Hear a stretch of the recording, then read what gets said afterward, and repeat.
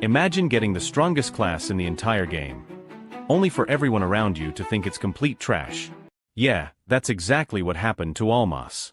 For as long as he could remember, Elymas always had a strange feeling whenever he learned something new, like he'd already known it before. But everything changed on the day he underwent the Divine Blessing Ceremony, the ritual that determines a person's class and future. As the ceremony began, the feeling of déjà vu became stronger than ever. Standing before the priest as the heir of the prestigious Hedwig family, Elymas suddenly realized why. This world was identical to a VR game he had played obsessively in his previous life, a game called Magic World. And if this really was that game, then there was only one class he wanted. The most broken class in existence. When the blessing was complete, his status appeared. Class, Heavy Knight. The moment Elymas saw it, he couldn't stop smiling. He had actually gotten it. The strongest late-game class in the entire game. But instead of celebrating, his father looked horrified. He demanded to know if there had been some mistake. Maybe Elymas had received Master Swordsman instead? Unfortunately, there was no mistake. Heavy Knight. A class that this world's people considered completely worthless. While Elymas knew its true potential, everyone else only saw terrible starting stats, almost no skills, and painfully slow growth. To them, it was nothing more than a defective class. His father was furious. When Elymas tried explaining that Heavy Knights possess the highest HP and defensive potential of any class, his father didn't care. He slammed him to the ground and called the class a disgrace. Then, as if things couldn't get worse, another person stepped forward for her blessing. Malice. A girl from a branch family who had known Elymas since childhood. The moment her blessing finished, the hall erupted. She had received the Master Swordsman class. One of the most respected classes in existence. Suddenly, Elymas' father completely changed his attitude. He praised Malice, declared her the family's new heir, and even called her his daughter. Then he turned toward Elymas and disowned him on the spot. No matter how much Elymas argued, his father refused to listen. He was stripped of his status, kicked out of the family estate, handed a tiny amount of money, and thrown into the streets before the day was over. Just like that, he lost everything. His home. His family. His future. But unlike everyone else, Elymas knew something they didn't. Heavy Knight wasn't weak. It was absolutely broken. Later that night, after settling into a cheap inn, he opened his status screen to verify something important. If this world really followed the game's mechanics, then Heavy Knight still possessed its hidden potential. And thankfully, it did. Looking through his skill tree, he found the skill that made the class infamous, Oath of Heavy Armor. Most players hated it because it was difficult to use properly. But Elymas knew better. Without hesitation, he invested all 5 of his starting skill points into it. Immediately, multiple abilities unlocked, including one incredibly powerful skill. Rampart Reflection. A counter-skill that used his defense stat to reflect damage back at enemies. The moment he unlocked it, Elymas knew his plan would work. The next day, he headed into a nearby forest to begin leveling. Before long, a giant frog-like monster called a Rana attacked him. Instead of dodging, Elymas simply stood still. The monster slammed directly into his armor, and instantly paid the price. Rampart Reflection activated. The Rana was crushed by its own attack and died on the spot. Just like that, Elymas jumped from level 1 to level 2. His strategy was working perfectly. After collecting the monster's magic stone, he prepared to continue hunting. But suddenly, a desperate scream echoed through the forest. A terrified adventurer came running straight toward him with an entire pack of Ranas chasing behind him. The man begged for help. When Elymas calmly offered to handle the monsters, the adventurer nearly lost his mind. After all, Elymas looked like a complete beginner. There was no way someone that weak could stop an entire swarm. At least, that's what he thought. The Ranas charged. Elymas didn't move an inch. One after another, the monsters smashed into his armor.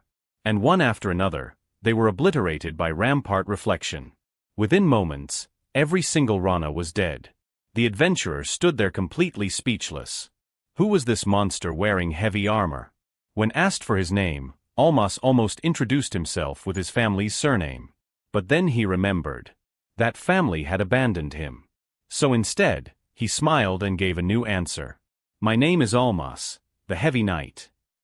After wiping out the entire pack of Ranas, Elymas shoots up from level 2 all the way to level 8, earning himself the title Unwavering One. Seeing everything unfold exactly as he remembered, Elymas becomes even more convinced that this world follows the same rules as Magic World. Meanwhile, the adventurer he saved finally introduces himself. His name is Aruz. He explains that he left his village to become an adventurer, but nobody would party up with him because he hadn't even reached level 3 yet. If Elymas hadn't shown up, he would have been monster food by now. Naturally, Aruz is beyond grateful. But Elymas doesn't really care about the praise. All he wants are the magic stones. Still, Aruz isn't ready to let him go. He suggests forming a party together once they return to town. According to him, defensive classes like Heavy Knight are unpopular, and Elymas could use some allies. But Elymas immediately refuses. Because unlike everyone else, he understands exactly how broken his class can become. In a normal party, experience points get divided among members. That means slower leveling, slower growth, and fewer rewards. Elymas isn't interested in sharing. He wants every level, every title, every skill, and every advantage for himself. Besides, convincing people that Heavy Knight isn't trash would be more trouble than it's worth. As they continue walking, Aruz keeps trying to change his mind. He points out that Elymas can't spend his whole life farming weak frog monsters. Eventually he'll need to challenge stronger enemies. And right as he says that, something screeches from behind them. The moment both of them turn around, their blood runs cold. A giant spider monster emerges from the forest. Aruz immediately panics. Because this isn't some weak monster. It's an Aryan type. A level 16 monster. Double Elymas' current level. As the spider lunges forward, Aruz barely dodges and crashes onto the ground. Meanwhile, Elymas quickly checks its status. The numbers are bad. Really bad. Not only is the monster far stronger than him, but it also possesses dangerous skills like Poison and Flaming Claw. Even worse, Rampart Reflection won't work properly. The skill only activates if Elymas' defense greatly exceeds the enemy's attack. Against a monster this strong, that's impossible. One direct hit could end the fight instantly. Realizing how dangerous the situation is, Aruz blames himself. He says this is all his fault and tells Elymas to run. But instead of retreating, Elymas starts smiling. Because he just remembered something. Leveling from 2 to 8 gave him 7 new skill points. And he hasn't spent a single one yet. Immediately, he opens his skill tree and dumps every point into Oath of Heavy Armor. The moment he does, a new skill unlocks. Disarm. A skill that lowers an enemy's attack power by 20% whenever Elymas lands a successful hit. For an entire minute. The second he reads the description, everything clicks. This was exactly the skill he needed. Aryan type might be stronger right now. But if he can weaken it first, the fight becomes possible. Suddenly, what looked like certain death transforms into an opportunity. Elymas grips his sword and steps forward. The giant spider lets out another terrifying screech. Aruz watches in disbelief. A level 8 Heavy Knight is challenging a level 16 monster head-on. Anyone else would call it suicide. But Elymas has already made up his mind. Staring directly at the monster, he raises his weapon and taunts it. Come then, you ugly beast. I'll give you exactly what you're looking for. The spider immediately charges. And instead of fear, a grin spreads across Elymas' face. The giant spider let out another horrifying screech before charging forward. Its massive legs tore through the ground as it lunged toward him. But Elymas wasn't panicking. Because unlike Aruz, he knew this monster. He knew its attack patterns. Its movement range. Its habits. Every step the creature took felt familiar. You're not touching me that easily. The spider swung its razor-sharp legs again and again. But Elymas slipped through each attack by the smallest margins. Everything was under control. Until suddenly, magic circles appeared beneath the monster. Another rune formed in front of its mouth. And Elymas immediately recognized what was coming. Poison Beam. A glowing ball of venom shot toward him at full speed. Aruz shouted in panic. But instead of dodging, Elymas ran straight at it. The poison slammed into his body. Pain surged through him. His vision blurred for a moment. But that wasn't a mistake. It was bait. The attack had created exactly the opening he needed.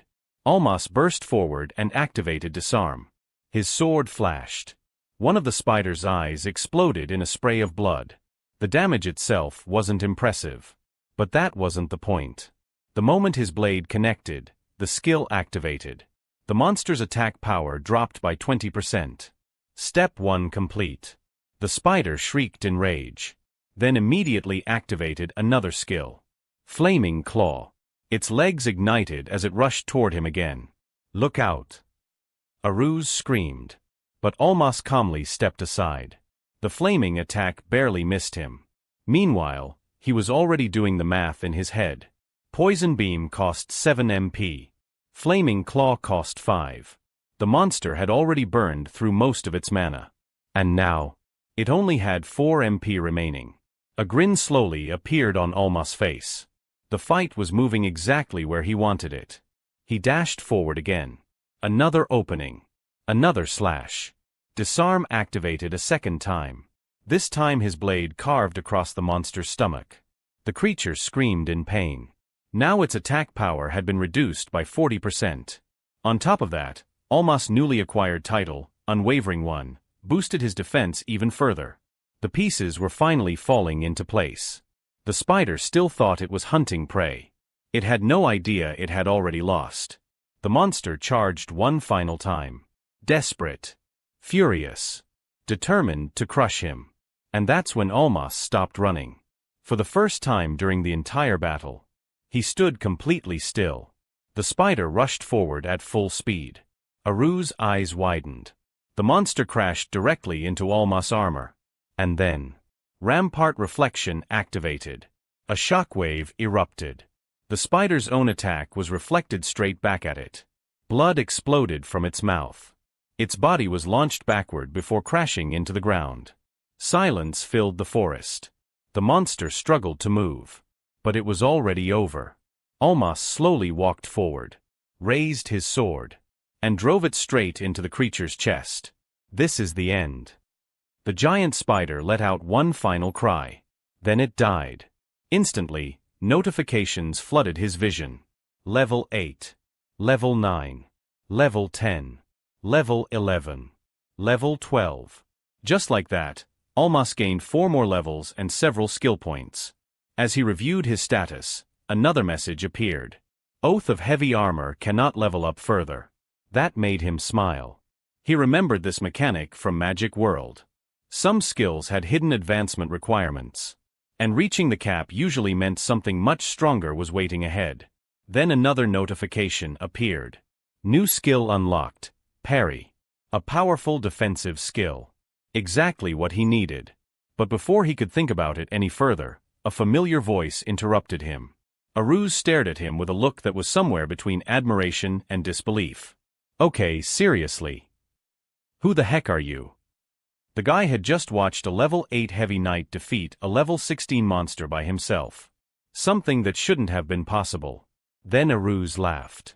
I guess I was wrong about you. At this rate, you really can survive on your own. For the first time since meeting him, Elymas smiled back. But then he suddenly noticed something. Aruz looked pale. Way too pale.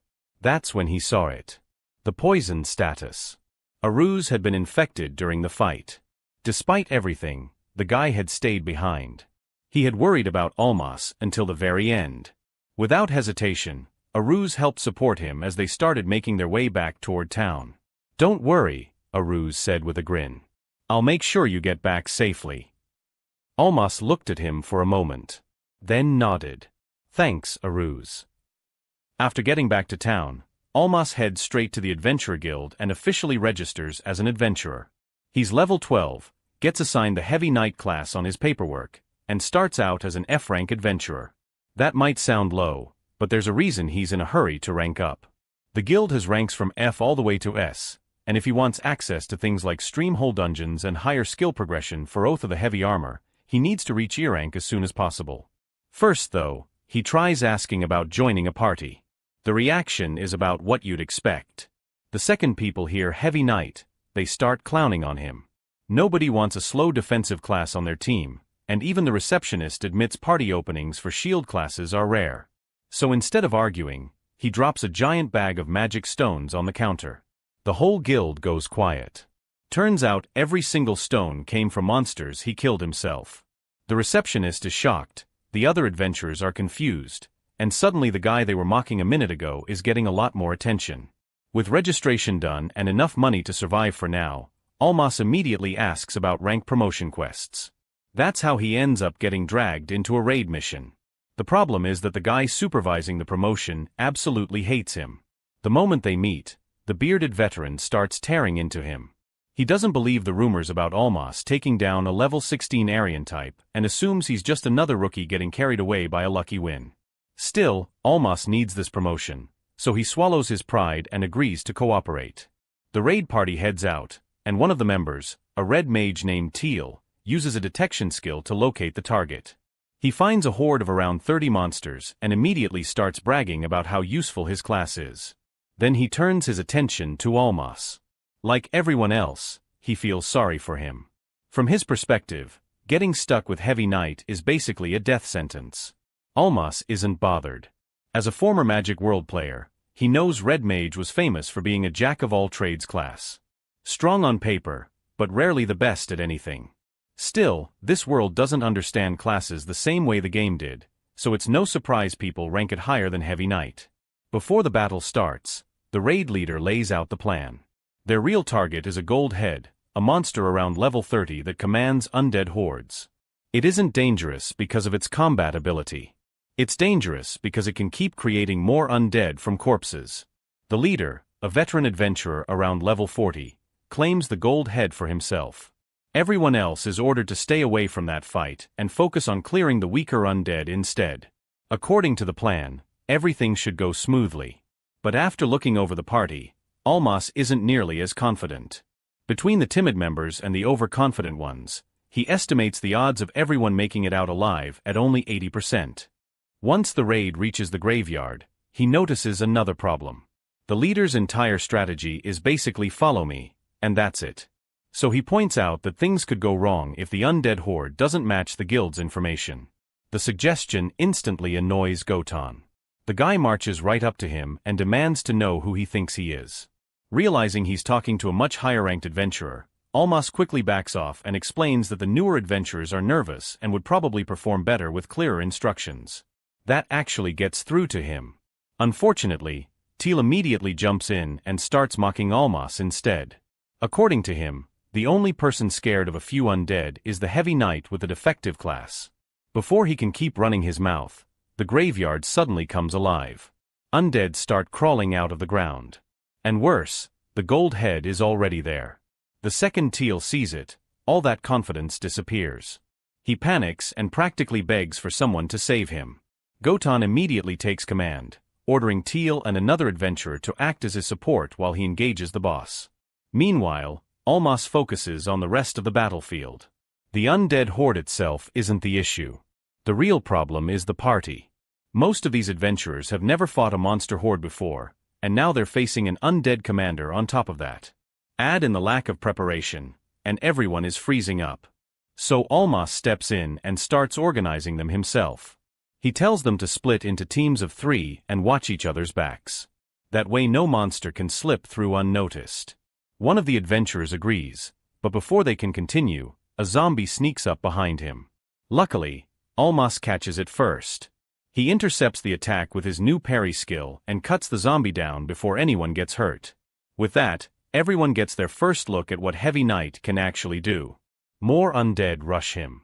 He parries their attacks, creates openings, and uses disarm to weaken them.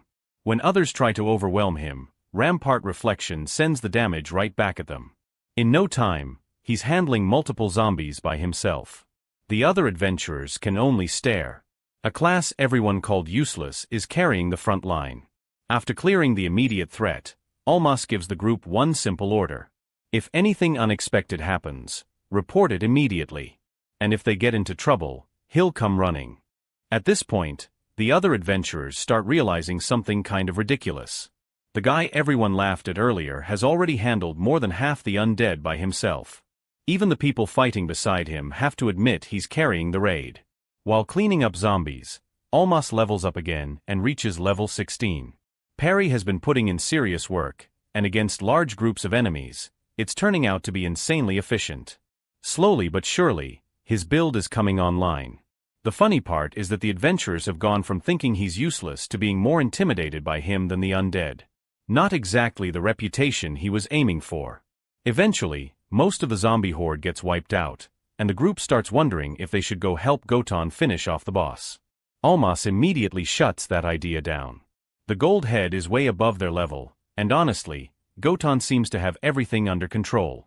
Looking over at the fight, it's hard to disagree. Gotan is dominating. He dodges the monster's attacks, lands clean hits with his axe, and even uses rock shatter to deal massive damage. By this point, the gold head's HP has dropped all the way down to 20. One more solid hit and the fight should be over. The only problem is that the remaining undead keep getting in the way. Gotan gets annoyed and starts yelling at Teal and Paul for not doing their jobs properly. The two are still too scared to get close to the boss, which only makes him angrier. Meanwhile, Elymas keeps watching the battle. Something feels off. Then the gold head suddenly grabs one of its own undead and starts eating it. Everyone freezes. The monster's wounds begin healing right in front of them. At first, Elymas assumes it's using Consume Corpse, a skill he already knows about. But then he notices something strange. A normal Consume Corpse only needs to be used once. This thing keeps devouring undead after undead. That's when a terrible possibility pops into his head.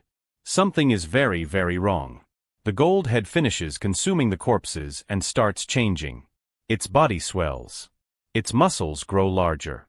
Its teeth become more monstrous. The entire thing begins transforming into something far more dangerous. Gotan doesn't realize what's happening. Seeing the undead horde disappear, he assumes the boss is on its last legs and charges in for the finishing blow. The second Elymas figures out what's really happening, he immediately shouts for him to stop and get away from the monster. But by then, the evolution has already begun. Right in front of everyone, the ghoul head suddenly evolves into a mad header, jumping from level 32 all the way to level 40.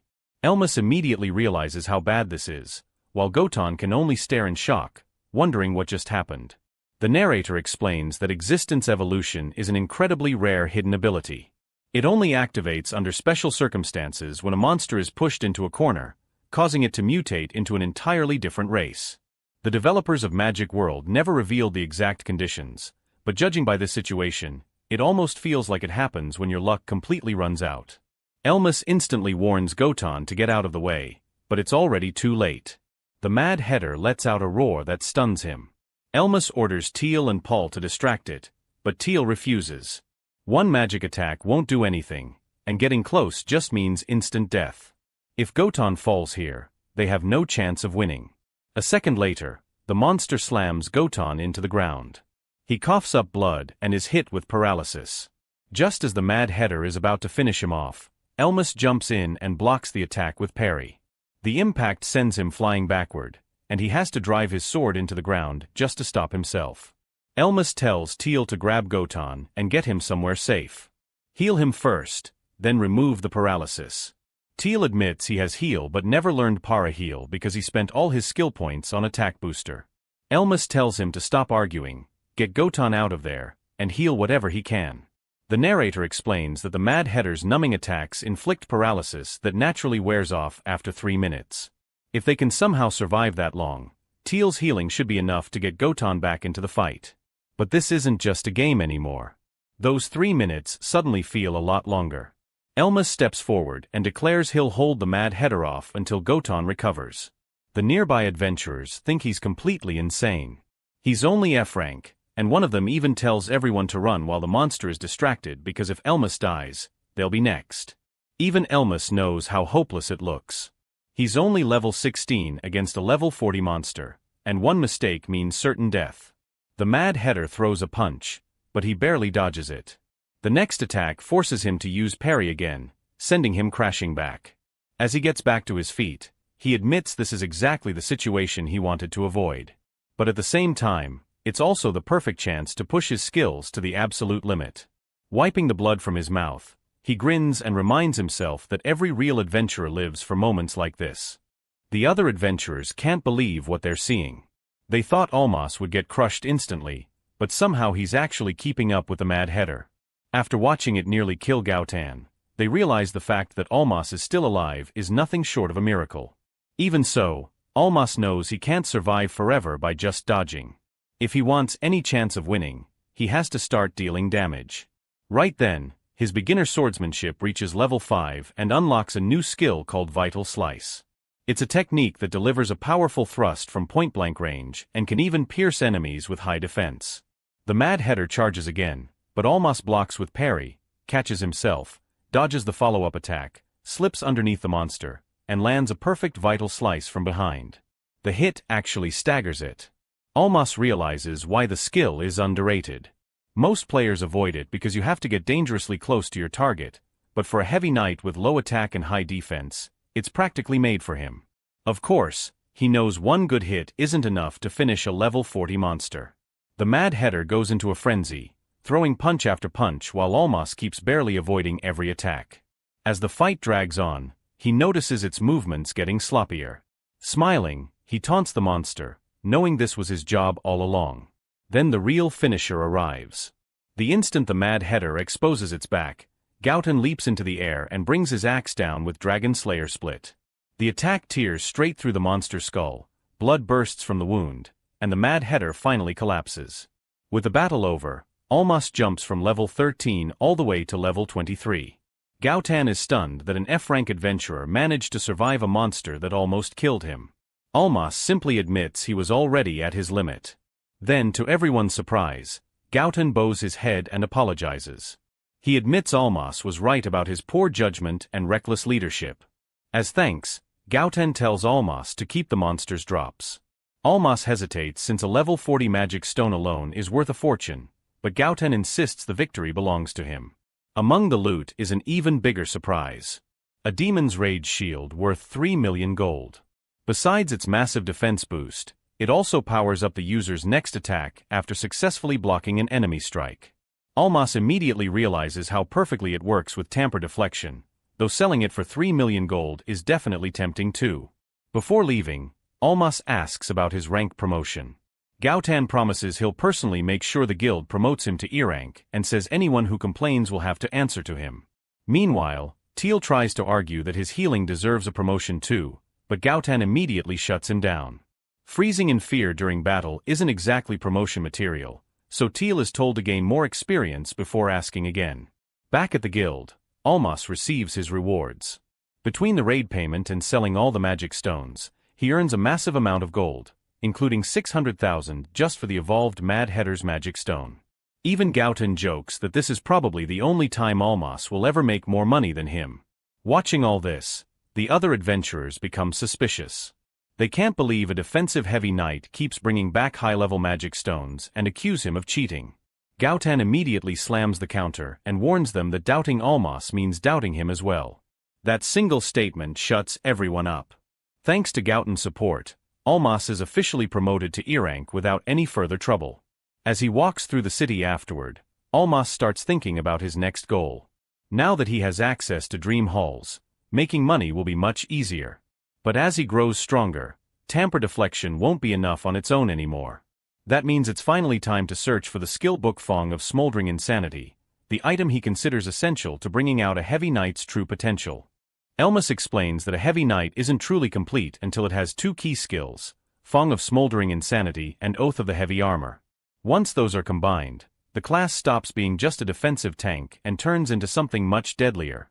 In his eyes, a fully built heavy knight is basically a walking weapon. Knowing how important Fong of Smoldering Insanity is, Elymas starts searching every item shop in town, even though he doubts he'll find something that rare. He ends up buying 3 healing potions for 72,000 gold, and while paying, asks the shopkeeper where he can buy skill books. The woman is surprised and asks if he's a new adventurer. Then she drops some bad news. Selling skill books is illegal. If adventurers find one themselves, they can use it, but almost every skill book gets bought by the Adventurers Guild and shipped off to nobles and the church instead. That completely catches Elymas off guard. If that's true, there's a good chance his own noble family, the Atmagons, is hoarding the very skill books he's looking for. He realizes the gap between the game and reality is even bigger than he expected. Seeing his reaction, the shopkeeper decides to secretly help him. She draws him a map and tells him about a hidden black market shop, warning him not to tell anyone in power about it. Elymas recognizes it immediately. It's a stripping shop, a place that sells equipment taken from dead adventurers. He points out those items are supposed to be handed over to the guild, but the shopkeeper explains there's an unspoken agreement. The guild knows these shops exist and lets them operate because many adventurers rely on them to survive. Besides, the guild isn't innocent either. Instead of returning valuable items, they often use them to gain favor with nobles. Skill books suffer the same fate. The nobles buy them cheaply, never use them, and simply lock them away. Hearing that, Elymas can't help getting angry. He realizes that if he had inherited his family's position without recovering his memories, he probably would have become part of the same corrupt system. After thanking the shopkeeper, Elymas follows the map and eventually finds the hidden store. The place is dusty and packed with old gear, but before long he spots exactly what he came for. A shelf with 5 skill books. The old witch running the shop immediately mocks his cheap equipment but lets him browse anyway. The first book he checks is Beginner Archery, and it already costs 2 million gold. Then she casually tells him the real price is actually 3 million because of the risk she takes selling these books. Elymas quickly realizes just how expensive the black market is. Even if he sold the Demon's Rage Shield, he'd barely have enough money for a single rare skill book. He looks through the rest of the shelf.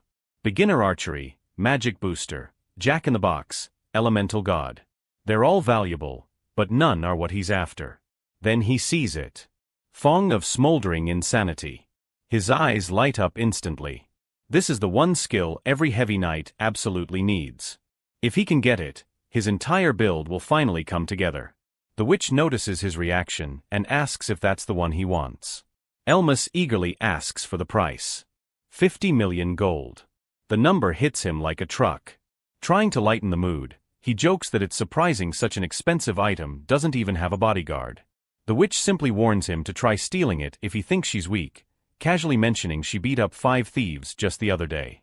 Realizing he has no chance of buying it now, Elymas asks if she'll keep the book reserved until he earns enough money. At first she asks what she'd gain from that, but after a moment she agrees. Then, with perfect merchant logic, she adds one condition. Reserving the book will cost an extra 5 million gold. Elymas can only sigh. Looks like making money just became his biggest priority. Outside the shop, Elymas sits down and does the math. 55 million gold would take almost 60 raid quests to earn. No wonder wealthy merchants and top-ranked adventurers have completely lost touch with how much money that really is. He starts thinking through every possible way to make that kind of fortune. Farming rare drops, grinding weak monsters with rampart reflection, learning new skills through beginner swordsmanship. One by one, he rejects every idea. Most of them would take far too long, and investing skill points now could end up being a waste if he eventually gets Fong of Smoldering Insanity. Then another idea hits him. Heavy knights may not be popular, but after the recent raid, his name should be getting around. If he forms a party, he'll have far more options in battle.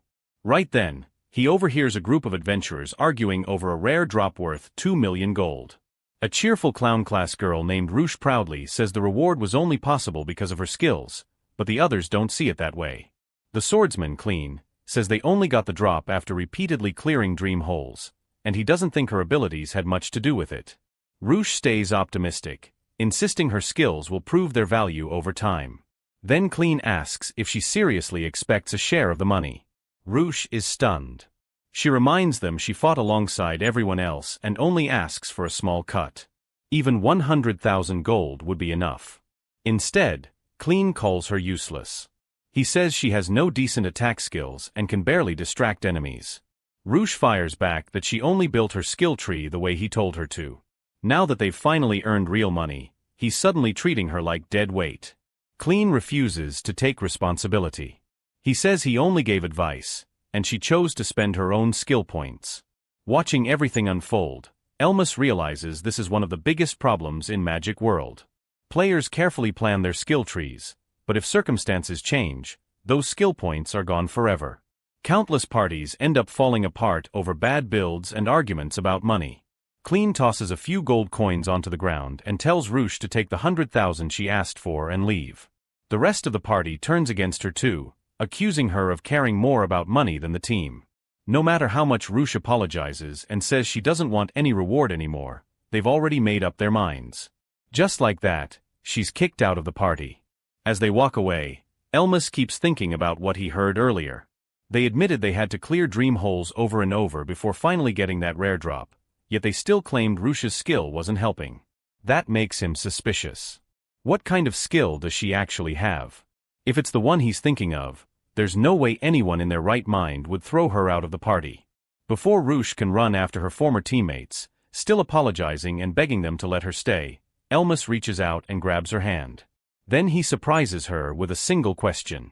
"Would you form a party with me?" Completely caught off guard, Roosh blurts out, "Who the heck are you, you freak?" Still holding Roosh's hand, Elymas desperately begs her to join him. He promises he won't let anything bad happen to her and even blurts out an absurd offer. They'll split the rewards 80 to 20, with Roosh taking the 80%. She's completely overwhelmed and tells him to calm down before asking him to let go of her hand first. Realizing how crazy he looks, Elymas quickly apologizes and releases her. Just then, Clean and the others come back. Clean demands to know who Elymas is and why he's interfering. Elymas introduces himself and openly says he heard Roosh had been kicked out, so he wanted to recruit her instead. Clean laughs and calls him insane. Roosh has almost no combat ability and can barely level up. But Elymas doesn't hesitate.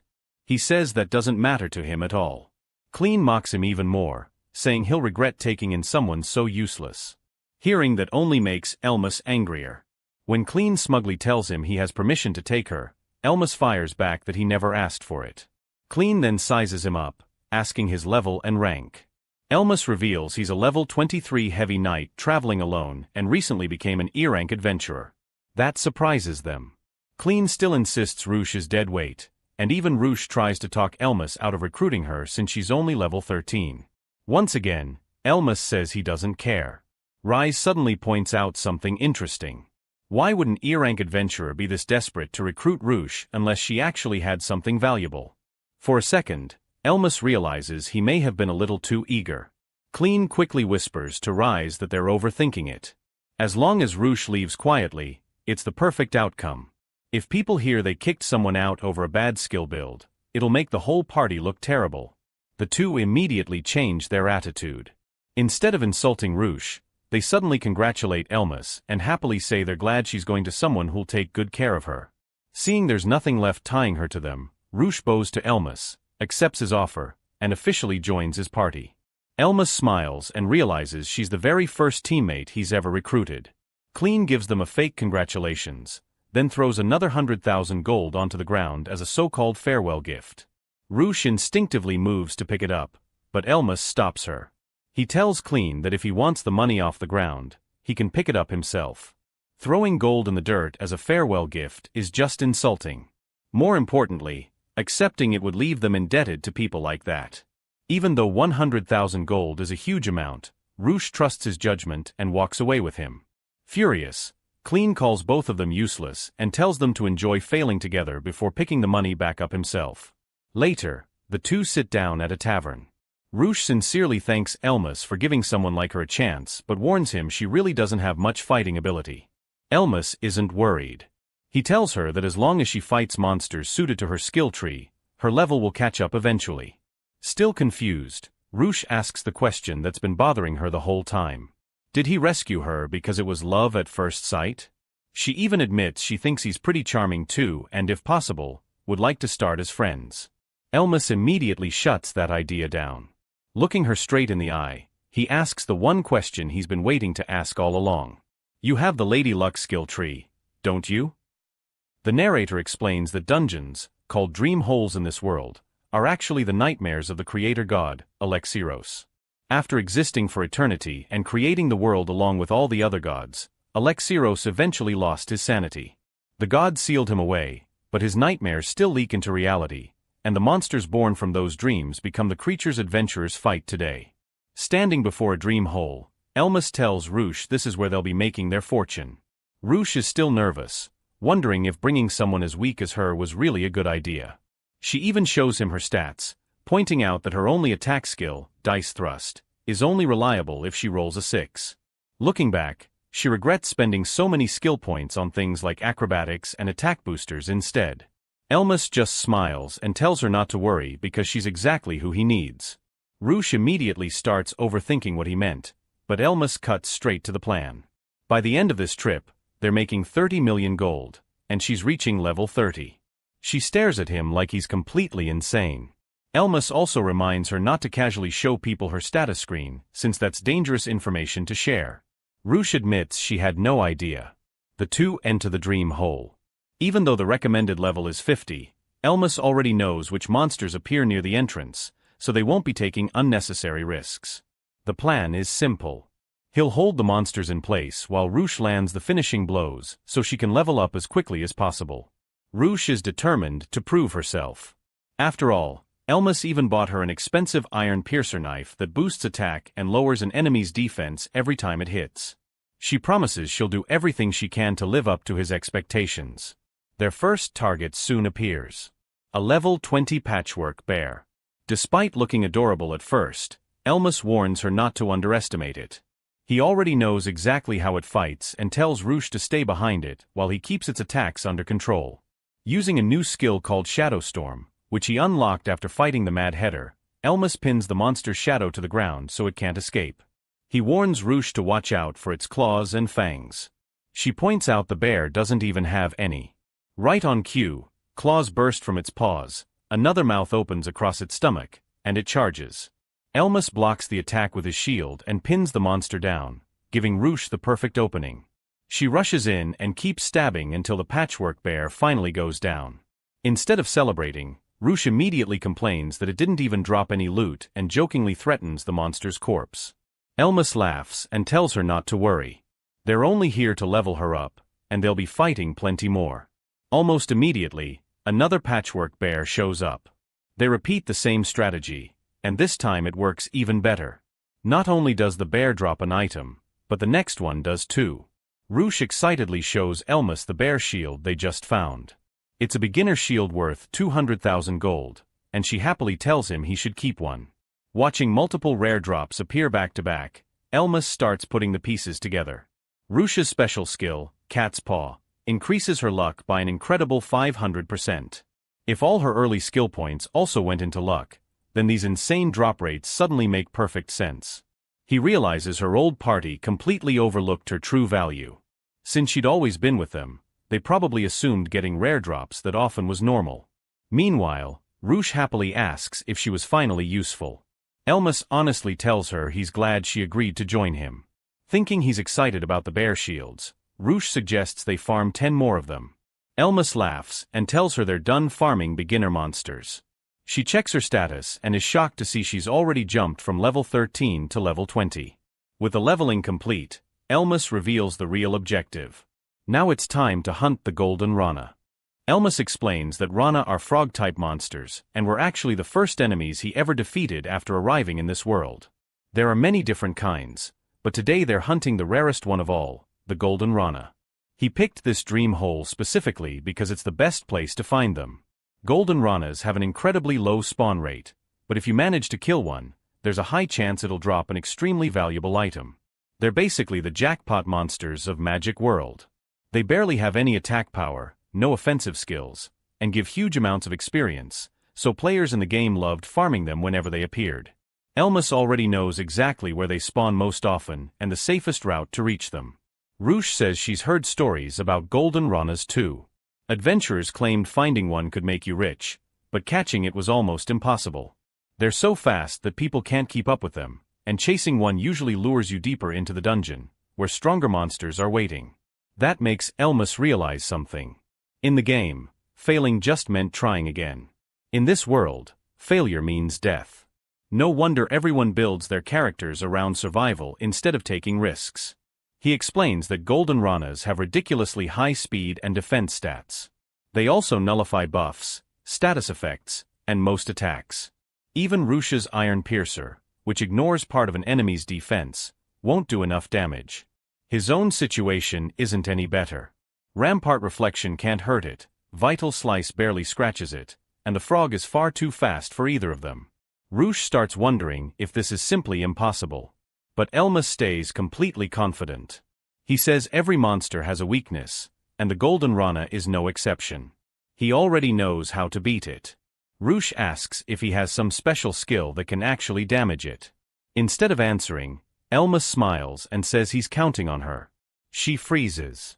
I'm the one who's supposed to beat it? As they keep searching, Elymas tells her to spend all 8 of her newly earned skill points on Fool's Acrobatics. The 2 skills she'll unlock from that tree are essential to his strategy. Roosh is still unsure, but she trusts him. Before she can ask anything else, a toy box monster suddenly attacks. Elymas blocks the hit and immediately tells her to run instead of fighting it. If they corner that monster, it'll just summon reinforcements. Roosh points out they could gain even more levels by defeating everything they come across, but Elymas refuses.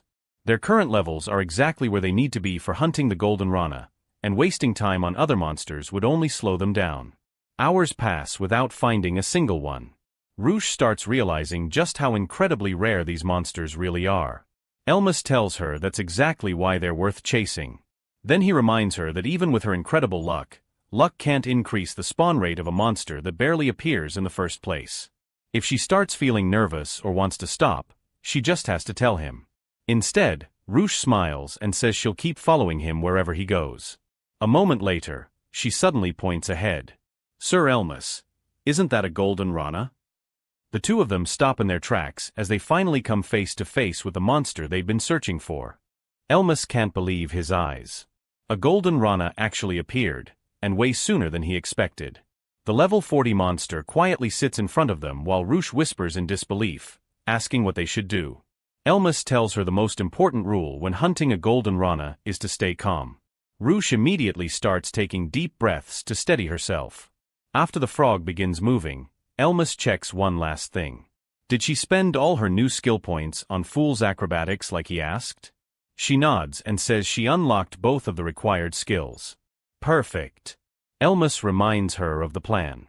He'll be waiting ahead while Roosh circles behind the Golden Rana and drives it toward him.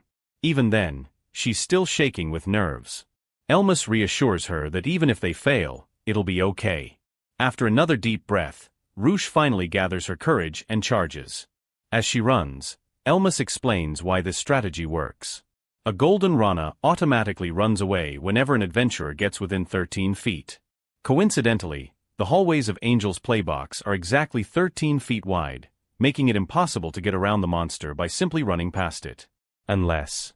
Instead of staying on the ground, Roosh uses acrobatic amble to run along the wall and slip behind the frog. Then she activates Doppel Illusion, filling the hallway with illusionary copies of herself. The Golden Rana can see through illusions, but because it's naturally timid, it still refuses to charge through them. Trapped between Roosh's illusions and the narrow hallway, it has only one escape route. Straight toward Elymas. Now everything comes down to one move. Elymas knows Shadow Storm is one of the few abilities that actually works on a Golden Rana, but landing it is another story. The frog is 3 times faster than he is, and its tiny shadow gives him almost no room for error. As the Golden Rana leaps toward him, Elymas pulls out a holy magic stone he bought alongside Roosh's Iron Piercer. Normally, it's considered almost useless because its healing effect is so weak. But Elymas has a different use for it. He throws the stone into the air. A burst of bright light fills the hallway, creating a sharp shadow beneath the Golden Rana just as it jumps. That single moment is all Elymas needs. He stomps on the shadow and activates Shadow Storm. The bind works. Smiling to himself, Elymas realizes they've finally done it. They've caught a Golden Rana. After Elymas traps the Golden Rana with Shadow Stomp, Roosh excitedly runs over, convinced they've already won. Then she pauses and realizes something. Wait, how are we actually supposed to finish it off? The Golden Rana desperately struggles to escape Shadow Stomp, but the bind holds. Elymas explains that the only way to damage it is with a critical hit. A critical strike deals 1.5 times the normal damage and ignores 50% of an enemy's defense. Roosh cheers him on, thinking he just has to land one. But Elymas shakes his head. Even if he lands a critical hit, his attack still isn't strong enough to get through the Golden Rana's defenses. Once again, He tells her he's counting on her. Rouge is completely caught off guard. She admits she's barely ever landed a critical hit before. Elymas tells her that's normally true, but she already has the perfect skill. Dice Thrust. The skill randomly rolls a number from 1 to 6 every time it activates. Then Elymas reveals the trick. If Dice Thrust rolls a 6, it's automatically treated as a critical hit. That boosts the attack to 1.95 times its normal power, and when it's combined with the Iron Piercer's 15% defense penetration plus the critical hit's 50% defense pierce, it'll finally be enough to break through the Golden Rana's defenses. Rouge still isn't sure it'll work. Elymas tells her there are no useless classes and no useless skills. Some builds simply take longer to shine. Clean and his party only saw the beginning of her potential before deciding she was worthless. Then he looks at her and says it again. I need your strength, Rouge. Those words give her the confidence she needed. Determined to prove everyone wrong, Rouge charges at the Golden Rana and activates Dice Thrust. The number spins. 6. A guaranteed critical hit. Her blade pierces straight through the Golden Rana, sending it crashing into the wall before it finally dies. Rouge immediately jumps from level 20 to level 27, while Elymas rises from level 23 to level 30. But Elymas reminds her the experience isn't the real prize. Golden Ranas have a 50% chance to drop an incredibly valuable item. The two stare at the corpse. Then a weapon appears. A dazzling Rana decorative blade, worth 17 million gold. Rouge excitedly says they just made 1.7 million gold. Elymas quickly corrects her. She's missing a zero. It's worth 17 million. Rouge recounts the number, completely freezes, and promptly collapses from the shock. After she finally recovers, she still can't believe they earned that much so easily. She even suggests they grab the sword, run to a remote village, and retire for the rest of their lives. Elymas almost agrees. Then says they're going to hunt one more before sunset.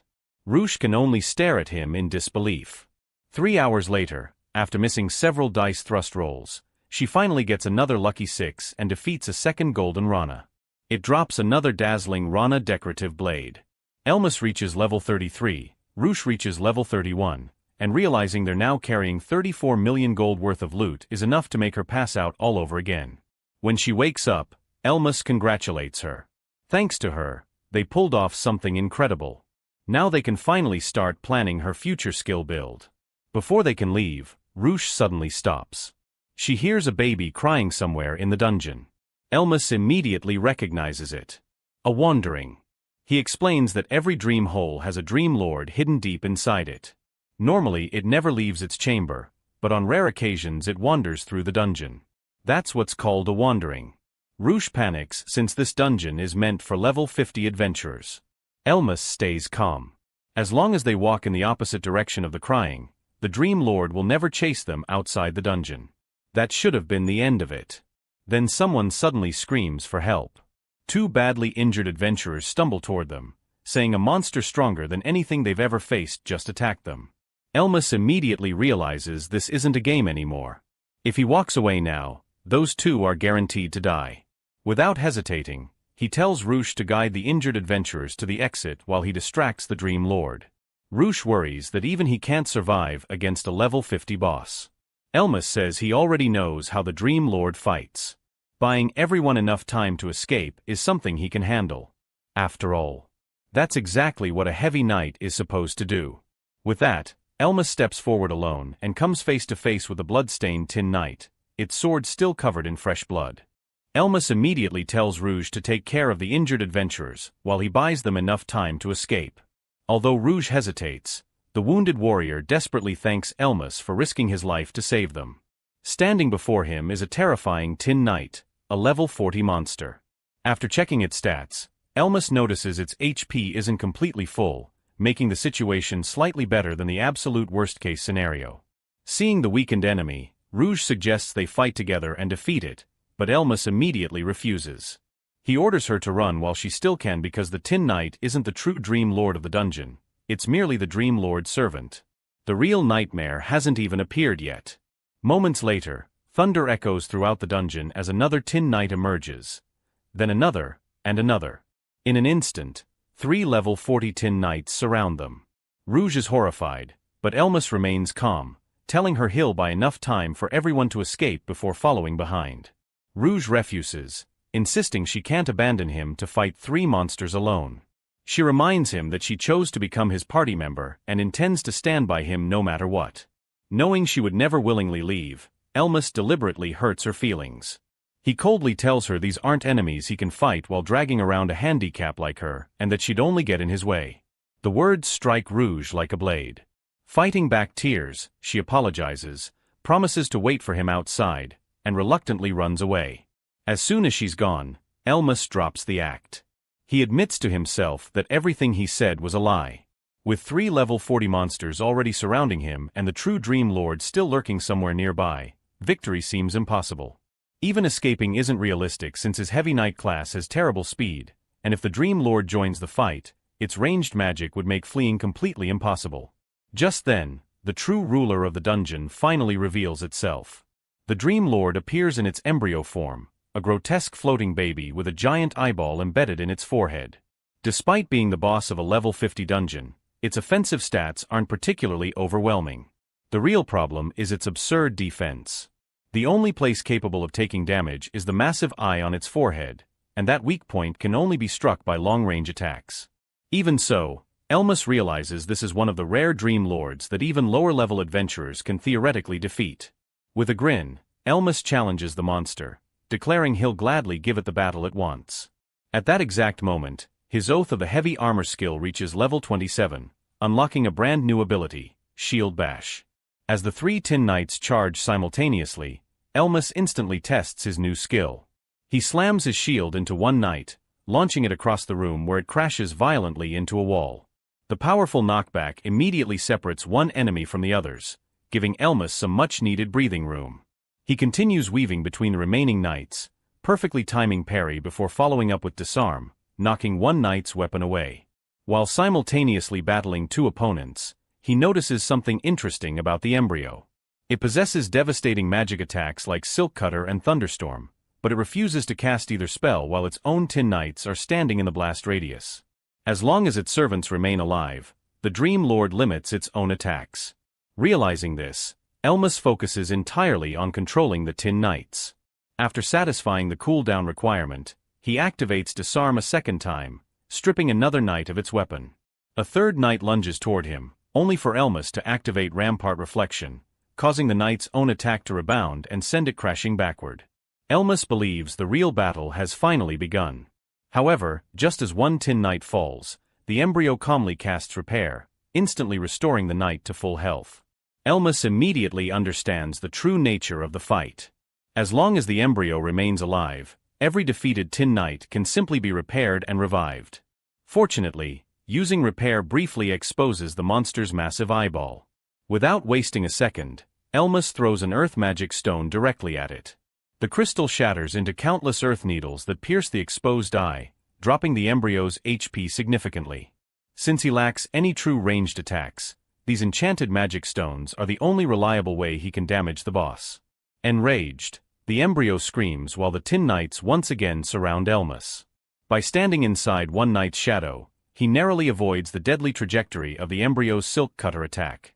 He blocks another sword strike, attempts another shield bash, but to his surprise, the Tin Knight dodges the attack entirely. That single movement sends chills down Elymas' spine. The monsters are learning. Unlike the Magic World game he once knew, these enemies are adapting to his fighting style in real time. They've already figured out how Shield Bash works and have begun adjusting their movements accordingly. Thankfully, Elymas had anticipated that possibility, but it drastically increases the difficulty of the battle. To make matters worse, he'll still need 3 more successful Earth Magic Stone hits to finish the embryo before its rapid regeneration restores the damage. Suddenly, the embryo opens its giant eye wider than ever before. Before Elymas can react, it fires Silk Cutter directly through one of its own Tin Knights, sacrificing its servant to catch him completely off guard. The razor-sharp beam tears straight toward him. With no time left to dodge, Elymas desperately raises his shield and braces for impact. The blast overwhelms him. His vision begins fading, his heartbeat races uncontrollably, and his body crashes onto the dungeon floor. His status changes to stunned, leaving him completely unable to move as a Tin Knight slowly approaches, sword raised for the killing blow. As death draws closer, Elymas finally understands why stun is considered one of the deadliest status effects in this world. His body refuses to respond no matter how desperately he tries to stand. Regret fills his mind as he wonders if his naturally terrible luck stat doomed him from the very beginning. Perhaps he should have kept Rouge by his side after all. Just as the Tin Knight swings its blade, Rouge suddenly bursts back into the battlefield. She slices across the Tin Knight, forcing it back before dragging Elymas to safety moments before the sword crashes into the ground where he had been lying.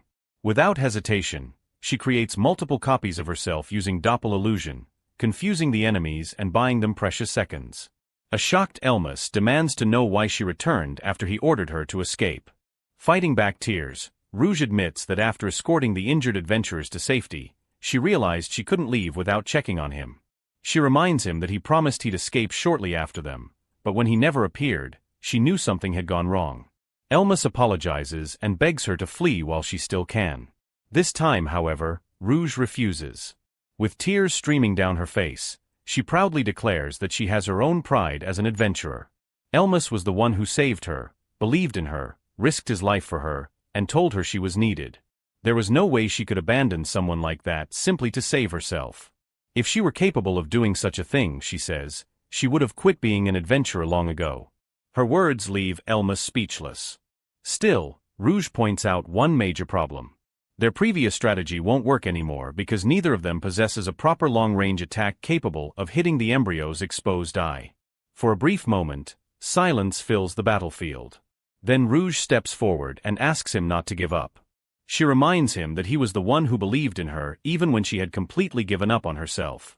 She asks him to rely on her one more time. A smile slowly appears across Elymas' face as he finally realizes he has been underestimating her all along. He stands back up, looks directly at Rouge, and tells her exactly what she wanted to hear. He needs her strength. Rouge smiles back without a hint of hesitation. Standing shoulder to shoulder against the Dream Lord and its army of Tin Knights, the two adventurers prepare to face the impossible together. Rouge and Elymas continue fighting side by side against the relentless Tin Knights. After an exhausting battle, the two finally manage to destroy all three of them. However, before they can celebrate, the Dream Lord embryo simply casts its restoration magic once again, reviving every single Tin Knight. Seeing the knights stand back up, Rouge clenches her fists in frustration and says there's no end to this. Elymas keeps his eyes locked on the floating embryo and tells her they have to defeat the Dream Lord itself. Rouge asks if he has a plan, and he nods. Everything depends on her dice thrust. Their entire strategy rests on the 1 in 6 chance of rolling a 6. Rouge immediately points out the obvious problem. The embryo is floating far above the battlefield.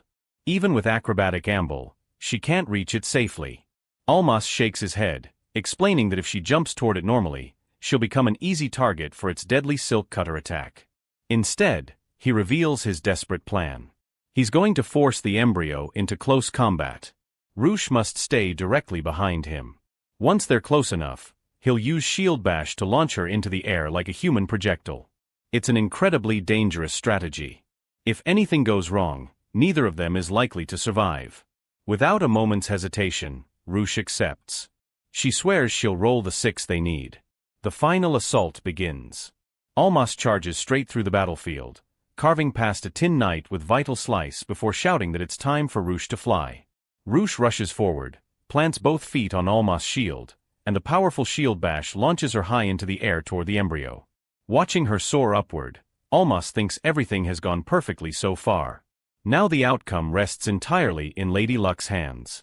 He remembers how, during their second Golden Rana hunt, it took Rouge 7 attempts before finally rolling a 6.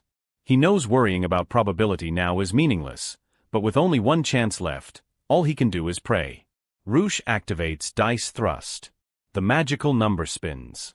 Both Elymas and the embryo stare at it in complete silence. It lands. 4.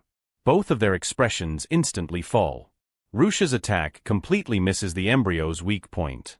The monster lets out a horrifying laugh, convinced it has already won. Seeing everything collapse before his eyes, Elymas realizes there was never another strategy available. Betting everything on luck was reckless, but every other option had already led to certain death. Even now, He refuses to surrender, desperately searching for another solution. Then, Roosh suddenly activates acrobatic amble once more. Instead of falling helplessly, she uses the nearby wall to spring onto the upper ledge above the embryo. With one final leap, she looks down at the boss and declares this is her last real chance. She activates dice thrust again. The number spins through the air. This time, 6. A guaranteed critical hit. Roosh's blade pierces straight through the embryo's massive eye. The monster lets out one final scream before its HP drops to 0. As the Dream Lord dies, every Tin Knight instantly collapses lifelessly beside it. Victory is finally theirs. The massive experience reward floods in. Roosh jumps from level 31 all the way to level 39, while Elymas rises from level 33 to level 41. Looking at Roosh, Elymas realizes he made one enormous mistake. In the end, the only thing he could do was place his faith in her luck. But even if fate itself had abandoned Roosh, she refused to surrender. Through her own determination, she seized victory with her own hands. Overjoyed, Roosh celebrates that she actually did it. Elymas gently picks up her clown hat, places it back on her head, and sincerely thanks her. Without her returning to save him, he would have died inside that dungeon. Blushing from embarrassment, Roosh admits that exploring this dream hole has completely changed her. Everyone had always mocked her class and called it useless, but during this adventure they found countless rare items, and even her dice thrust proved its worth. Elymas smiles and tells her it wasn't because of luck alone. It was because she was Roosh. Deep down, he realizes he'd been making the same mistake as his father and Klein. He had judged people by their class and level, believing they determined a person's worth. The only difference was that his standards were slightly different. Yet when everything was on the line, Roosh returned to save his life without hesitation. She overturned a hopeless battle in a single instant and defeated the Dream Lord through sheer courage and determination. The grace, honor, and strength she displayed under pressure far surpassed anything that could ever be measured by levels or classes. Flustered by all the praise, Roosh blushes and tells him he's giving her way too much credit. But Elymas quietly thinks there isn't anyone in the world he could trust more than her. As a reward for defeating a Dream Lord with only a two-person party while being far below the dungeon's recommended level, both Elymas and Roosh receive the special title Upsetter. The title grants a 15% boost to both attack and speed whenever they fight enemies with a higher level than themselves. While admiring their new achievement, Roosh notices that the defeated Tin Knights dropped equipment. They discover several tin swords, each worth an astonishing 24 million gold. Elymas can't help but laugh at how absurdly valuable they are, although he admits anyone carrying equipment that expensive would probably become a walking target. Then another thought crosses his mind. If the Tin Knights dropped such incredible loot, then surely the embryo itself must have left behind something even better. He quickly asks Roosh if she sees a wind elemental bow anywhere nearby. She searches the battlefield but instead discovers something far more valuable. A skill book. Elymas' eyes widen the moment he reads its title. Intermediate Wind Magic. Worth an incredible 20 million gold, the book unlocks the Intermediate Wind Magic skill tree, granting access to powerful wind blades, devastating lightning spells, and even Tailwind, a movement speed enhancement skill. Completely stunned, Elymas tells Roosh to hide the book immediately. An item this valuable could easily get them killed if the wrong people discovered they possessed it. Before either of them can say another word, the entire dungeon begins shaking violently. Roosh panics, but Elymas calmly explains that the tremors simply mean the dream hole is collapsing now that its Dream Lord has been defeated. Soon, they'll be safely returned outside. Relieved, Roosh lets out a long sigh. Elymas then casually mentions one final detail.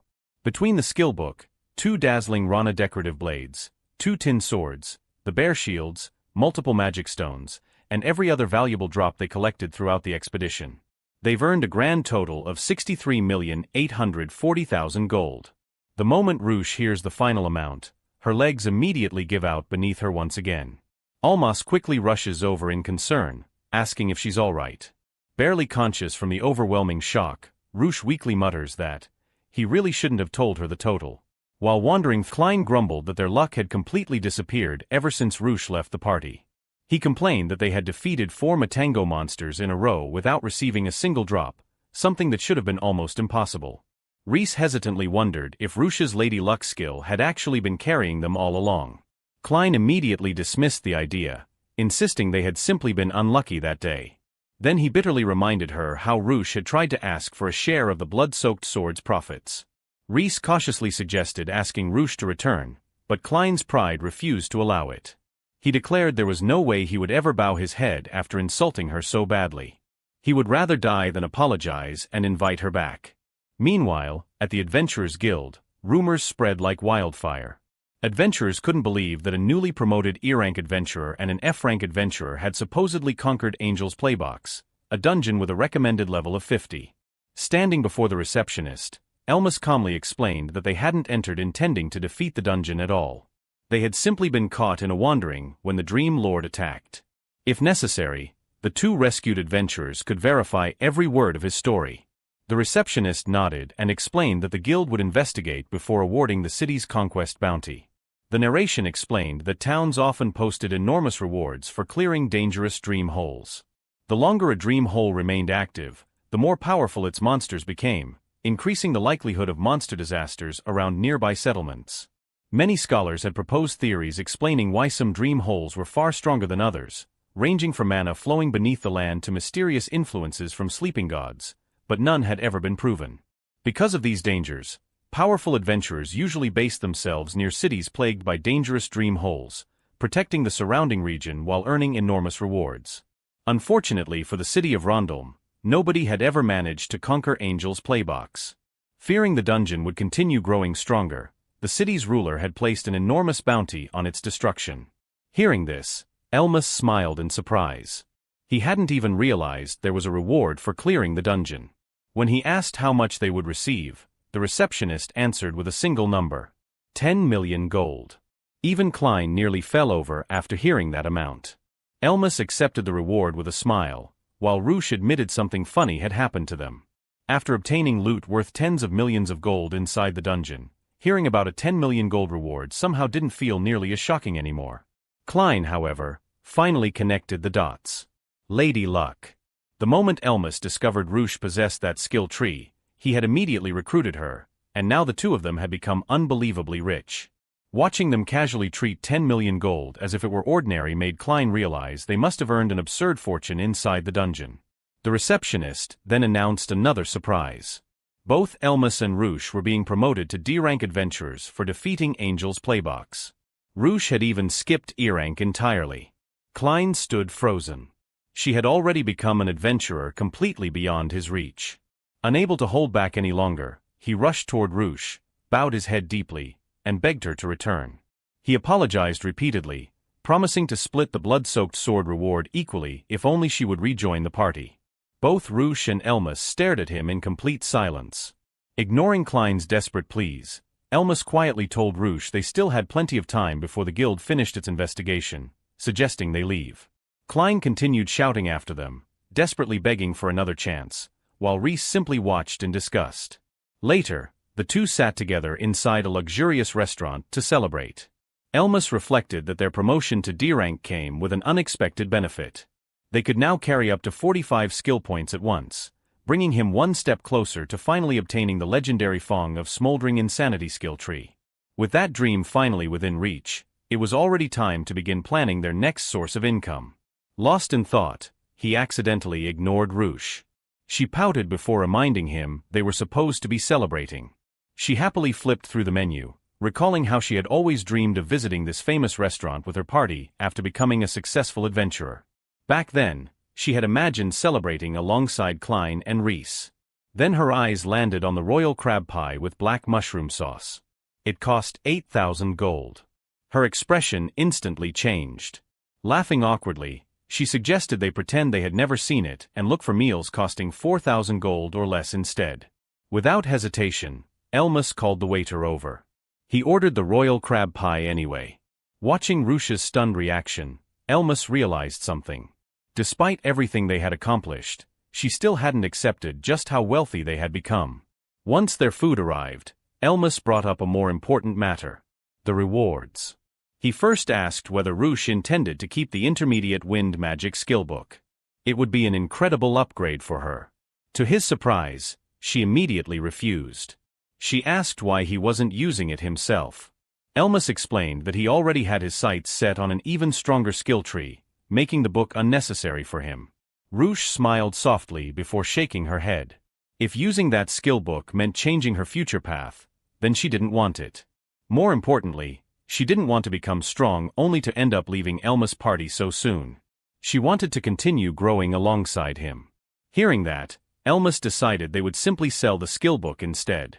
After calculating everything they had earned, he revealed that their total profit came to roughly 57 million gold. Since he had originally promised an 80-20 split, he calmly announced that Ruche would receive 46 million gold, while he would keep only 11 million. The entire restaurant seemed to freeze. Ruche suddenly shot to her feet. She couldn't believe he was still serious about that ridiculous agreement. At first Elymas assumed she wanted an even larger share, but she quickly shook her head. That wasn't it at all. She refused to accept such an unfair split. Everything she had accomplished was because Elymas believed in her when nobody else did, rescued her, trained her, and helped her become stronger. There was no way she could accept nearly all of the reward while he took so little. Elymas quietly insisted he thought the arrangement was perfectly reasonable. But judging by the look on Ruche's face, the argument was only just beginning. In the end, Elymas and Ruche couldn't agree on how to split their rewards, so they decided to postpone the discussion and visit the Hall of Broken Grimoires to sell some of the treasure they had collected. As soon as they stepped inside, the old witch greeted them with a grin, teasing Elymas about finally bringing an adorable party member with him. Ruche curiously looked around the mysterious shop while Elymas got straight to the point, asking if the item he wanted was still available. The witch laughed, assuring him that she still had it and reminding him that trust was everything in her business. Ruche, confused by their conversation, wondered if this was the place that held the item Elymas had been searching for. The witch smirked, commenting that it was strange to see someone willingly seeking such a troublesome skill. Elymas quickly clarified that the skill wasn't for Ruche, it was for himself. Rather than wasting more time, he placed every valuable item they had obtained from the dungeon onto the counter. The witch's expression immediately changed. She stared at the pile of treasure before her, especially the two dazzling Rana decorative blades. She admitted she hadn't expected adventurers of their level to bring back such priceless loot. Elymas wasted no time making his offer, demanding 30 million gold for the pair and making it clear he would simply sell them elsewhere if she offered any less. Naturally, the old merchant wasn't willing to accept that price so easily. She claimed 30 million was far too high and countered with 25 million instead. Ruche innocently remarked that the shopkeeper seemed to have a point, but Elymas immediately warned her not to fall for the witch's bargaining tactics. He knew exactly how experienced merchants worked. The witch, however, fired back by telling Ruche never to show weakness during negotiations because people would exploit kindness without hesitation. Even though Elymas knew other shops wouldn't offer nearly as much, he refused to budge. He calmly explained that he wasn't desperate for money since they had already earned plenty from their magic stones and conquest rewards. If necessary, he could simply keep the valuable swords until the market price rose even higher. The witch could tell he wasn't bluffing. Then Elymas revealed the real reason for today's visit. He pulled out the rare intermediate wind magic skill book that had dropped from the Dream Lord and asked for her appraisal. The old witch's eyes widened in genuine surprise. She admitted that obtaining such a valuable skill book so early in their careers was almost unbelievable and even predicted that Elymas and Ruche might become heroes before long. Despite praising them, she immediately tried to drive the price down. She claimed that although the guild might pay around 20 million gold, she herself could only offer 14 million because selling such an expensive item carried significant risk. Elymas instantly saw through her strategy. He pointed out that intermediate wind magic would always have eager buyers and argued that purchasing it for 22 million would be a worthwhile investment considering the fortune he intended to bring her in the future. The shop erupted into another heated negotiation. The witch accused Elymas of getting greedy, while Elymas shot back that she was just as greedy herself. Ruche could only watch as the two merchants argued back and forth without either side giving an inch. Trying to end the endless haggling, Ruche suddenly looked at the mysterious skill book Elymas wanted and asked how much it cost. The witch explained that the Fong of Smoothing and Sanding had originally been worth 55 million gold and still sold for around 30 million today. Hearing that staggering price made Ruche realize why Elymas had been so determined to negotiate. Then inspiration struck her. Instead of selling everything separately, Ruche proposed trading the intermediate wind magic skill book together with the two dazzling swords directly for the Fong of Smoothing and Sanding. At first the witch dismissed the idea completely, calling it a ridiculous suggestion. But after thinking it over, she realized that several valuable items would actually be much easier to sell than one obscure skill book nobody wanted to buy. The deal suddenly became far more attractive. Elymas immediately recognized just how incredible Rush's proposal really was. If the trade went through, he would obtain the priceless skill book he wanted while they would still keep all the gold earned from the dungeon's conquest reward and the magic stone sales. The old witch finally smiled and admitted that perhaps investing in two promising young adventurers wasn't such a bad idea after all. She agreed to the exchange. Rush beamed with excitement, but Elymas immediately objected. Without selling the items for cash first, he wouldn't be able to give Rush her rightful share of the profits. Rush simply smiled and told him she didn't mind. She wanted to consider it her gift to thank him for everything he had done for her. Elymas couldn't accept that so easily. He insisted the amount involved was far too large to simply call a gift, and he even reminded her that nobody knew what the future held. Their party might one day split apart, leaving her with nothing. Rush gently grabbed his hand and smiled with complete confidence. If that ever happened, then there would be something to worry about. But since she had no intention of leaving his party, there was no reason to think about such things now. Before Elymas could argue any further, Rush cheerfully accepted the witch's offer on both of their behalf, urging the shopkeeper to finish the trade before Elymas changed his mind again. The old witch burst into laughter, praising Rush for being the only person capable of keeping the stubborn heavy knight under control. As the two women happily finalized the exchange together, Elymas could only stand there speechless, wondering how they had somehow become friends so quickly while completely leaving him out of the conversation. Meanwhile, inside a dark prison, countless slaves sat chained behind iron bars, completely unaware that their final moments had arrived. Without warning, the massive doors creaked open, and Malice calmly stepped inside with a sword in her hand. A chilling smile spread across her face as she walked through the prison, mercilessly cutting down every prisoner one after another. Their screams echoed through the halls, but she didn't hesitate for even a second. Blood soaked the floor as she continued her massacre without the slightest trace of remorse. Just as the slaughter came to an end, the family's butler hurried inside and respectfully informed her that the life force transfer ritual had finally been completed.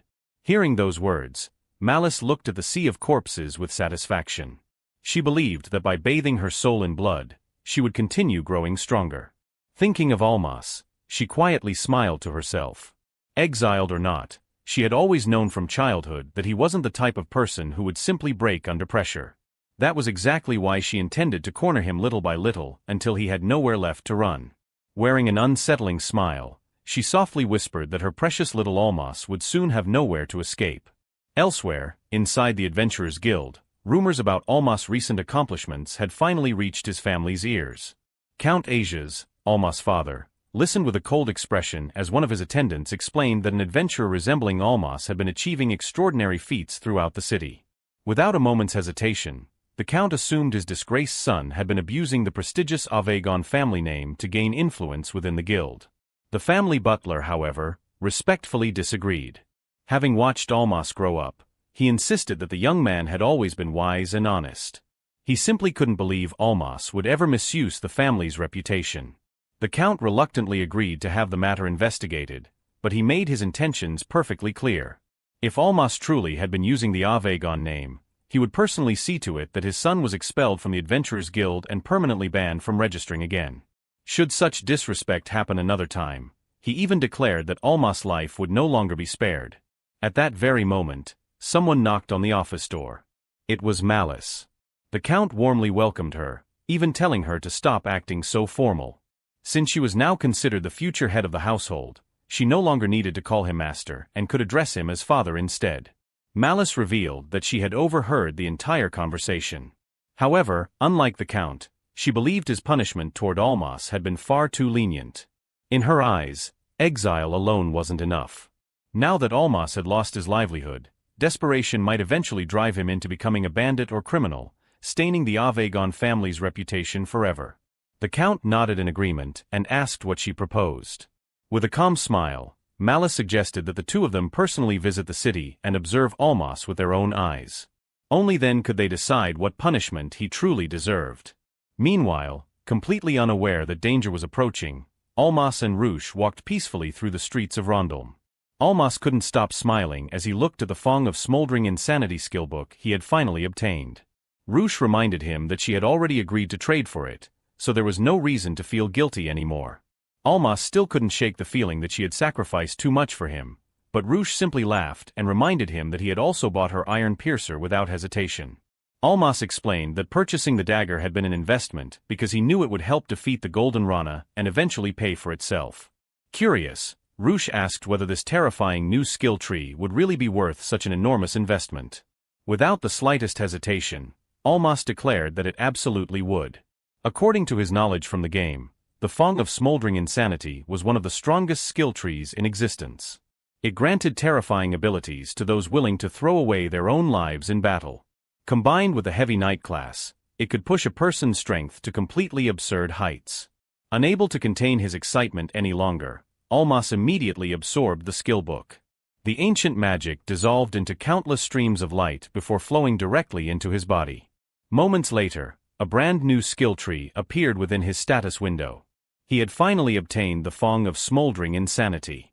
Overjoyed, Elymas proudly showed his updated status to Roosh before realizing he had just broken the very rule he had taught her about never revealing personal stats so casually. Roosh couldn't help smiling at the irony, although she admitted she was genuinely happy that he had finally achieved his goal. Despite unlocking the new skill tree, Elymas decided not to invest his skill points yet. He still wanted to continue strengthening his Heavy Knight abilities first before moving deeper into the new branch. As they continued discussing their next destination, Roosh suggested visiting another dream hole to hunt for more rare equipment. Elymas quickly corrected her, explaining that adventurers shouldn't enter dangerous dungeons solely for valuable drops. Before he could finish his sentence, the entrance to the guild slammed open with a loud crash. Everyone turned toward the doorway. Standing there were Count Asias and Malice. The guild master immediately recognized the count and rushed forward to greet the powerful noble. Curious about the unexpected visit, he politely offered to escort him to a private meeting room. Instead, the count coldly ordered everyone to clear the guild immediately. The guild master hesitated for only a moment before seeing the count's intimidating glare. Without daring to argue further, he ordered every adventurer and employee to leave the building. As Elymas quietly suggested that he and Roosh should leave as well to avoid unnecessary attention, they began walking toward the exit. But before they could leave, the count's commanding voice stopped them. He ordered only 2 people to remain: Elymas and Roosh. Roosh immediately froze in place. Her face turned pale as panic rushed through her mind. She had heard countless stories about the fearsome Count Asias and the prestigious Avegon family. Facing such an overwhelming noble made her knees feel weak. Sensing her fear, Elymas calmly reassured her. There was no need to worry. After all, it seemed the people his father had come to see weren't after her. They had come for him. After making a fortune and earning a new skill tree, Elymas never expected his next challenge to be his own family. The moment Count Asias and Malice storm into the guild, the atmosphere turns ice cold. While Rouge trembles before the overwhelming pressure of the nobles, Elymas refuses to bow his head. His father accuses him of disgracing the family name, but Elymas calmly denies every allegation and demands to know why they have really come. Instead of backing down, he throws out a challenge that shocks everyone. If he can defeat Malice in a duel, his father must promise to stay out of his life forever. The guild is quickly cleared, leaving only the spectators to witness the clash between the exiled Heavy Knight and the family's greatest prodigy. Count Asias mocks the idea that a Heavy Knight could ever stand against a master swordsman, while Malice accepts the duel with an unsettling smile. She admits that this will be the last time she gets to play with the boy she once adored, before promising to carve him apart piece by piece. The instant the fight begins, she vanishes in a blur of speed, launching a relentless barrage of sword strikes that forces Elymas completely onto the defensive. Rouge can only watch in horror as Malice overwhelms him with terrifying speed. Every slash pushes him closer to defeat, while Count Asias watches with complete confidence, convinced his daughter is merely toying with the useless son he cast aside. Elymas blocks strike after strike with his shield, refusing to panic even as his health plummets. Then, just as Malice grows overconfident, her body suddenly freezes for a split second. Elymas instantly seizes the opportunity, landing a perfectly timed vital slash that sends her stumbling backward. For the first time, the impossible happens. Malice is actually wounded. Although the crowd is stunned, Elymas knows that trick will never work twice. The only reason he managed to connect was because of the upsetter title, whose bonus speed finally allowed him to keep up with an opponent stronger than himself. Furious that a heavy knight dared to touch her, Malice unleashes her true power. She activates the terrifying Steel Cutter Fist, a master swordsman technique so fast that she completely disappears from sight before reappearing directly in front of Elymas. He barely survives the first strike, but the second tears through his defenses, leaving blood pouring from his mouth as Rouge desperately begs him to surrender.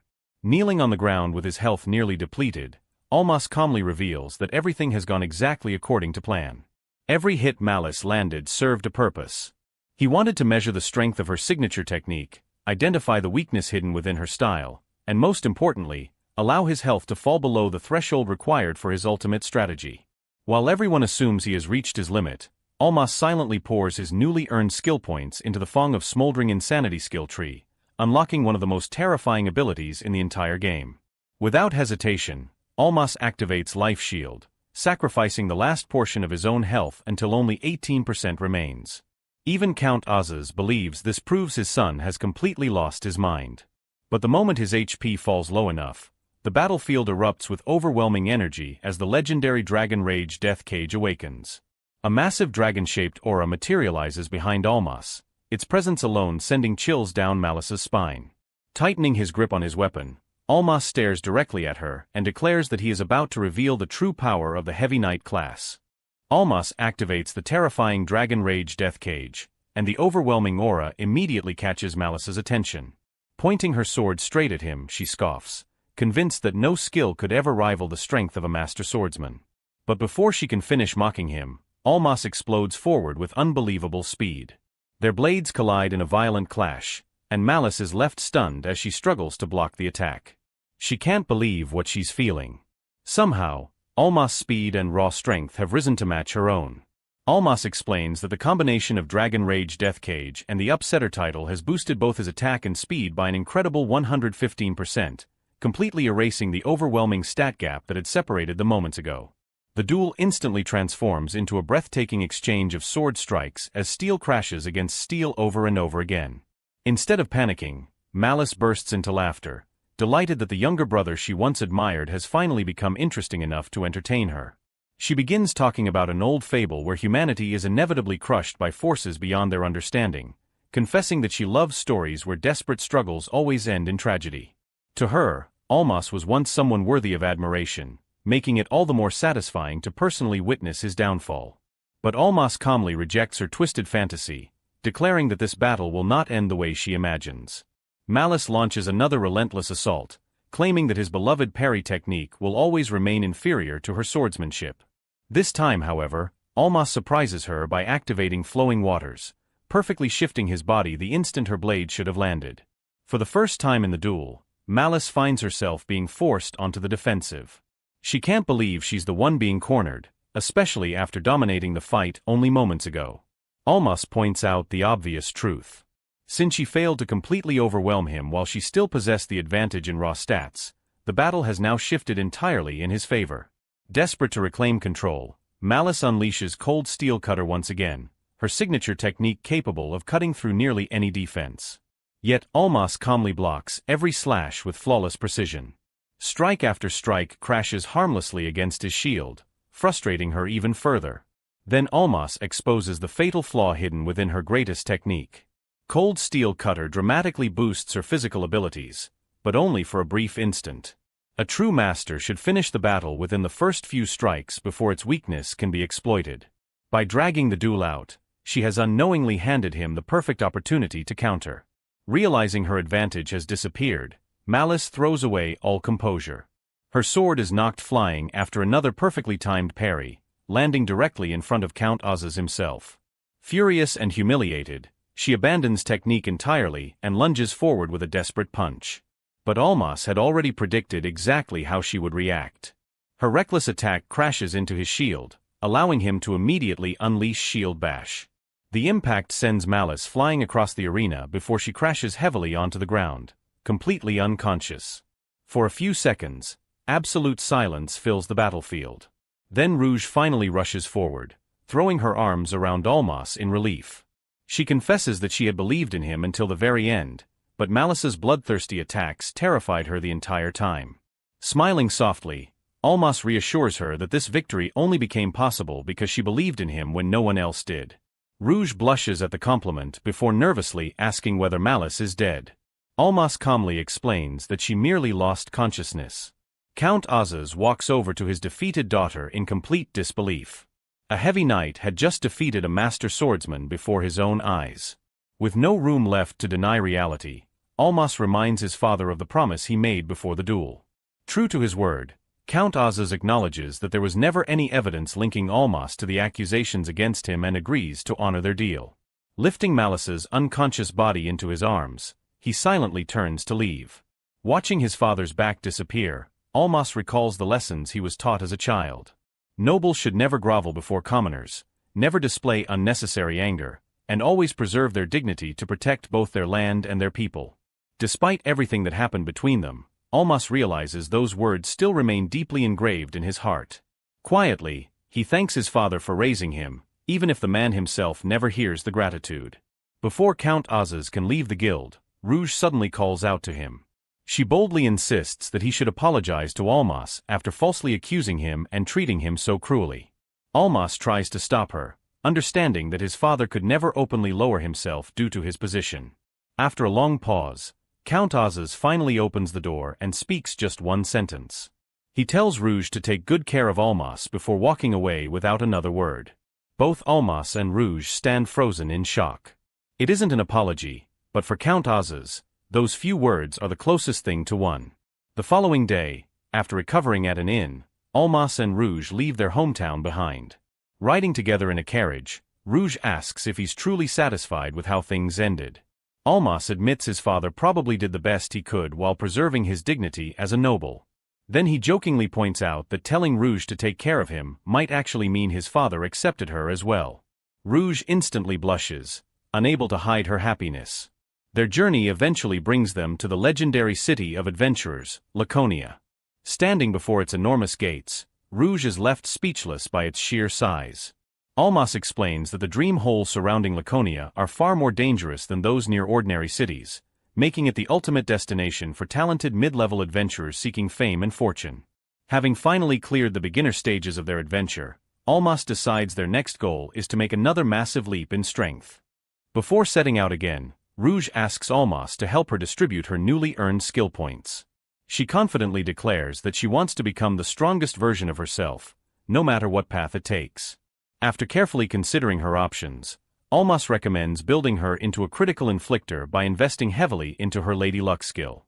Without even hesitating, Rouge follows his advice, causing her cat's paw skill to evolve into Angel of Blessing. Excited by her newfound power, she vows to become the strongest critical attacker possible. Elymas then reveals the next piece of the puzzle. To truly complete Rouge's build, she'll eventually need an incredibly rare skill book known as Grim Reaper Grip. Unfortunately, acquiring it won't be cheap. They will likely need several 100 million gold before they can even think about buying it.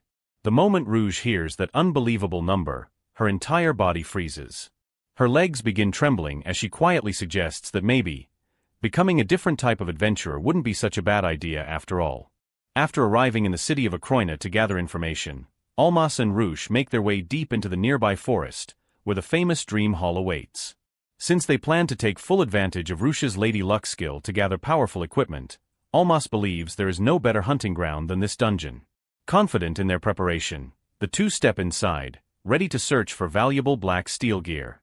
As they enter the Dream Hall, Rouge immediately notices that the dungeon's recommended level is surprisingly high.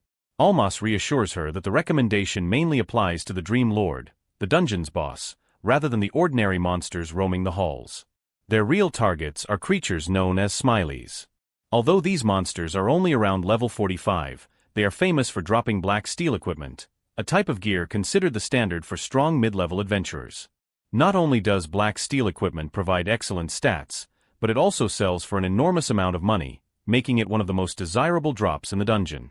While exploring, Rouge once again finds herself amazed by how much knowledge Elymas possesses.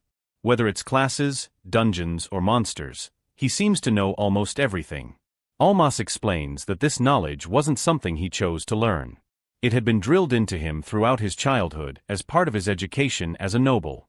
Although Rush apologizes for bringing up unpleasant memories, Elymas simply smiles and tells her that thanks to her, he was finally able to leave the Advergon household behind and begin living the peaceful life he wanted.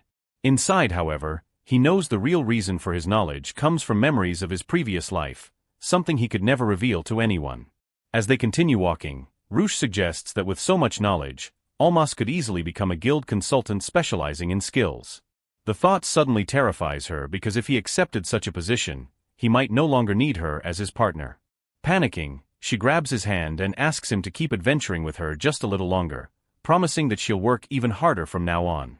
Seeing her sincerity, Elymas immediately reassures her that he has no intention of leaving. Adventuring alongside her is exactly what he wants, and his answer brings a huge smile to Rush's face. Their conversation is interrupted when a smiley finally appears. The strange monster resembles a giant rock with a smiling face carved into it. Even though it shares the same level as Malice, Elymas explains that comparing a human swordsman to a simple monster is meaningless. Unlike skilled fighters, Smileys rely almost entirely on charging attacks and possess very little intelligence. As the monster rolls toward them, Elymas charges first, intercepting its tackle with his shield before it can accelerate using its speed-up ability. Although the impact pushes him backward, he quickly recovers, closes the distance again, and uses Shadow Stomp to pin the monster in place. Unable to build momentum, the Smiley loses its greatest advantage. Elymas follows up with another attack, reducing the monster's damage output to almost nothing before leaving the rest to Rush. With the monster completely under control, Rush rushes in and unleashes a series of quick slashes. Every strike chips away at the Smiley until it finally crumbles into pieces. The victory grants both experience points, allowing Elymas to jump from level 41 to level 43.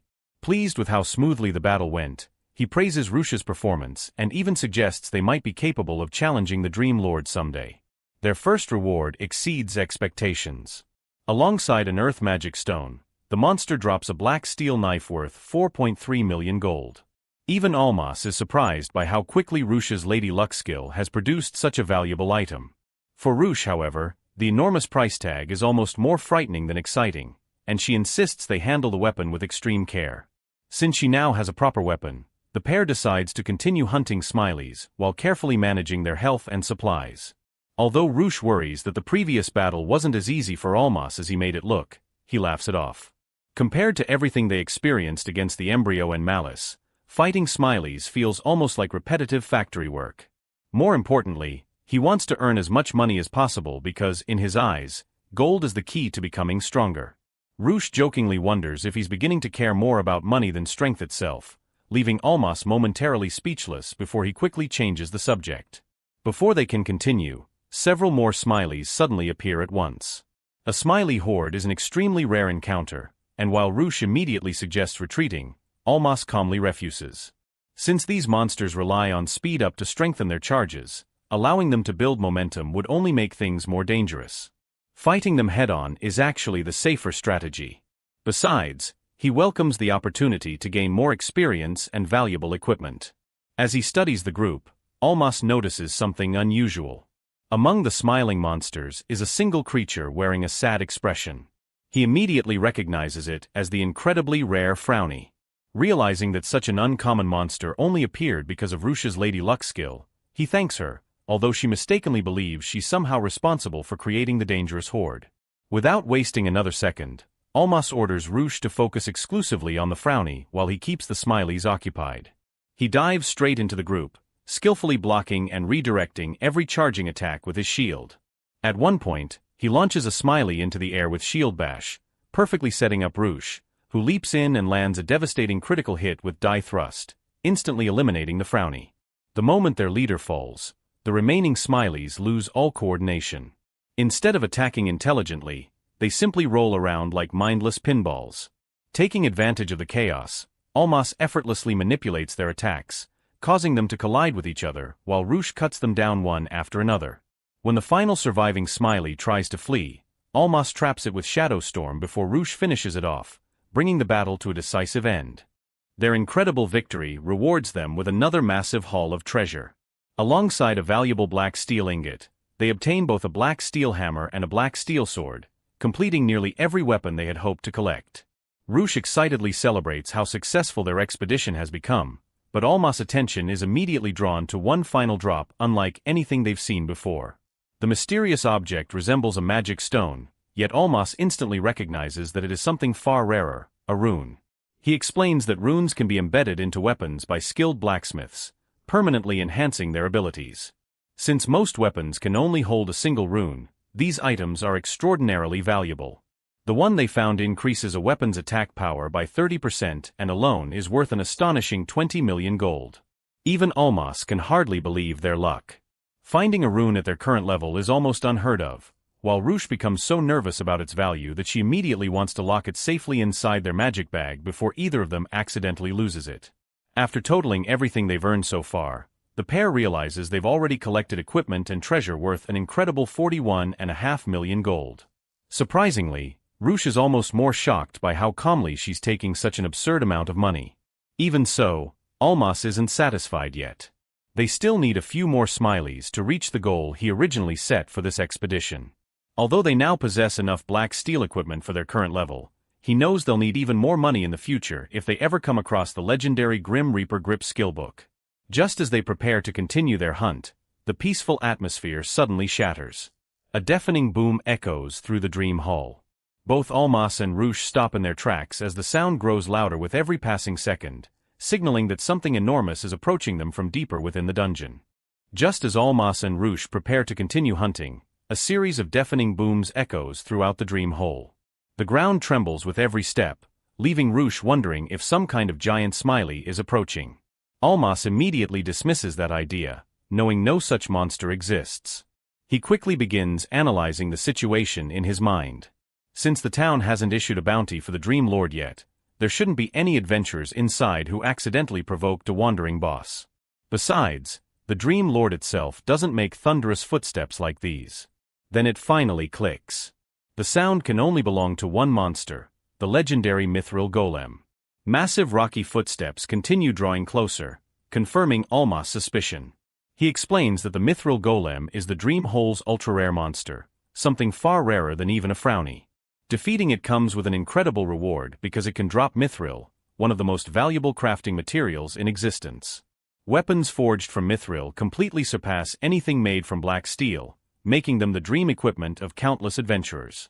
However, that unbelievable reward comes with an equally terrifying risk. Elymas warns Rush that the Mithril Golem is overwhelmingly powerful. Even someone with his defensive abilities wouldn't survive a direct hit from it. In his previous life playing Magic World, he had seen countless experienced players get wiped out after greedily challenging the monster for its rare drops despite the pitiful amount of experience it rewarded. Back then, failure only meant respawning. In this world, death would be permanent. Faced with that reality, Elymas carefully weighs his options. Retreating would undoubtedly be the safest decision. If the golem caught them while they were already fighting other monsters, escape would become nearly impossible. Still, he can't deny how badly he wants mithril. The thought of obtaining equipment far stronger than black steel is almost impossible to resist. Before he can decide, Rush makes the decision for both of them. Although she's terrified, she reminds Elymas that she's an adventurer first.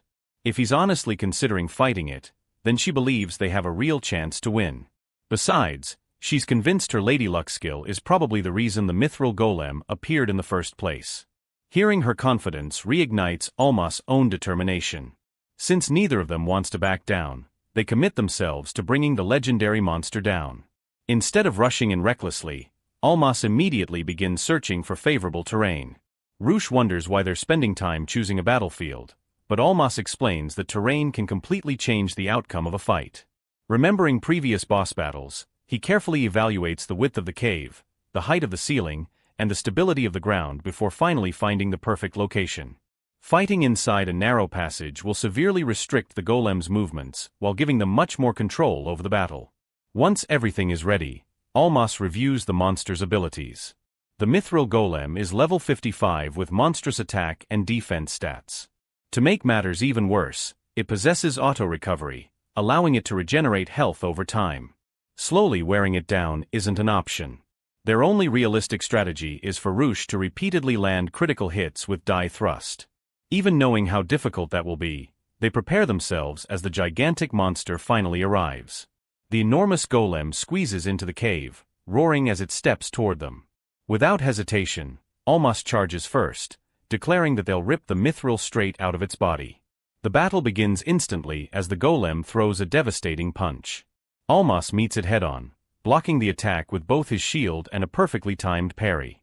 The sheer force launches him backward, yet he somehow lands on his feet. Even so, the difference between the real monster and the one he remembered from the game is overwhelming. Its presence alone is enough to make him hesitate.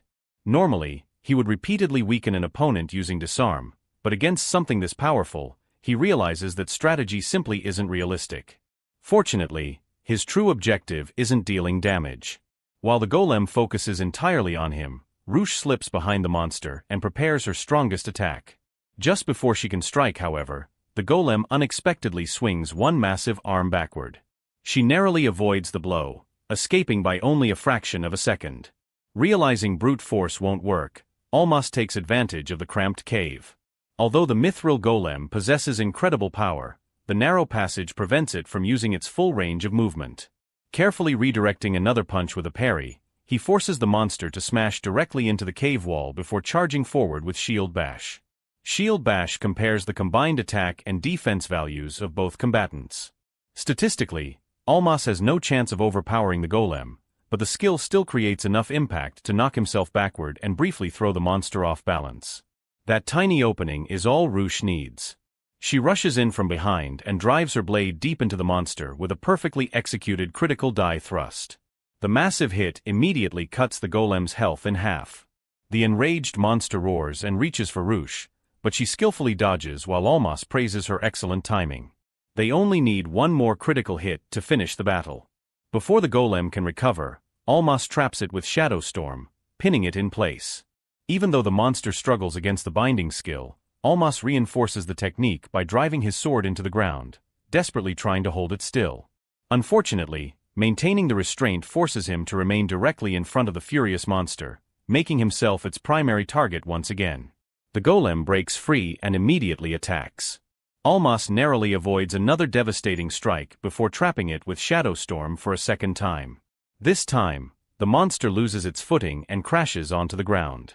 Seeing the perfect opportunity, Elymas shouts for Ruche to finish it. She activates Die Thrust once again. But the dice roll isn't high enough. The attack misses. Before she can recover, the golem lashes out again. Although she avoids the counterattack, panic immediately sets in. Missing at such a critical moment feels almost unbelievable. Elymas knows the situation has become extremely dangerous. If the golem manages to stand back up, he won't be able to knock it down a second time.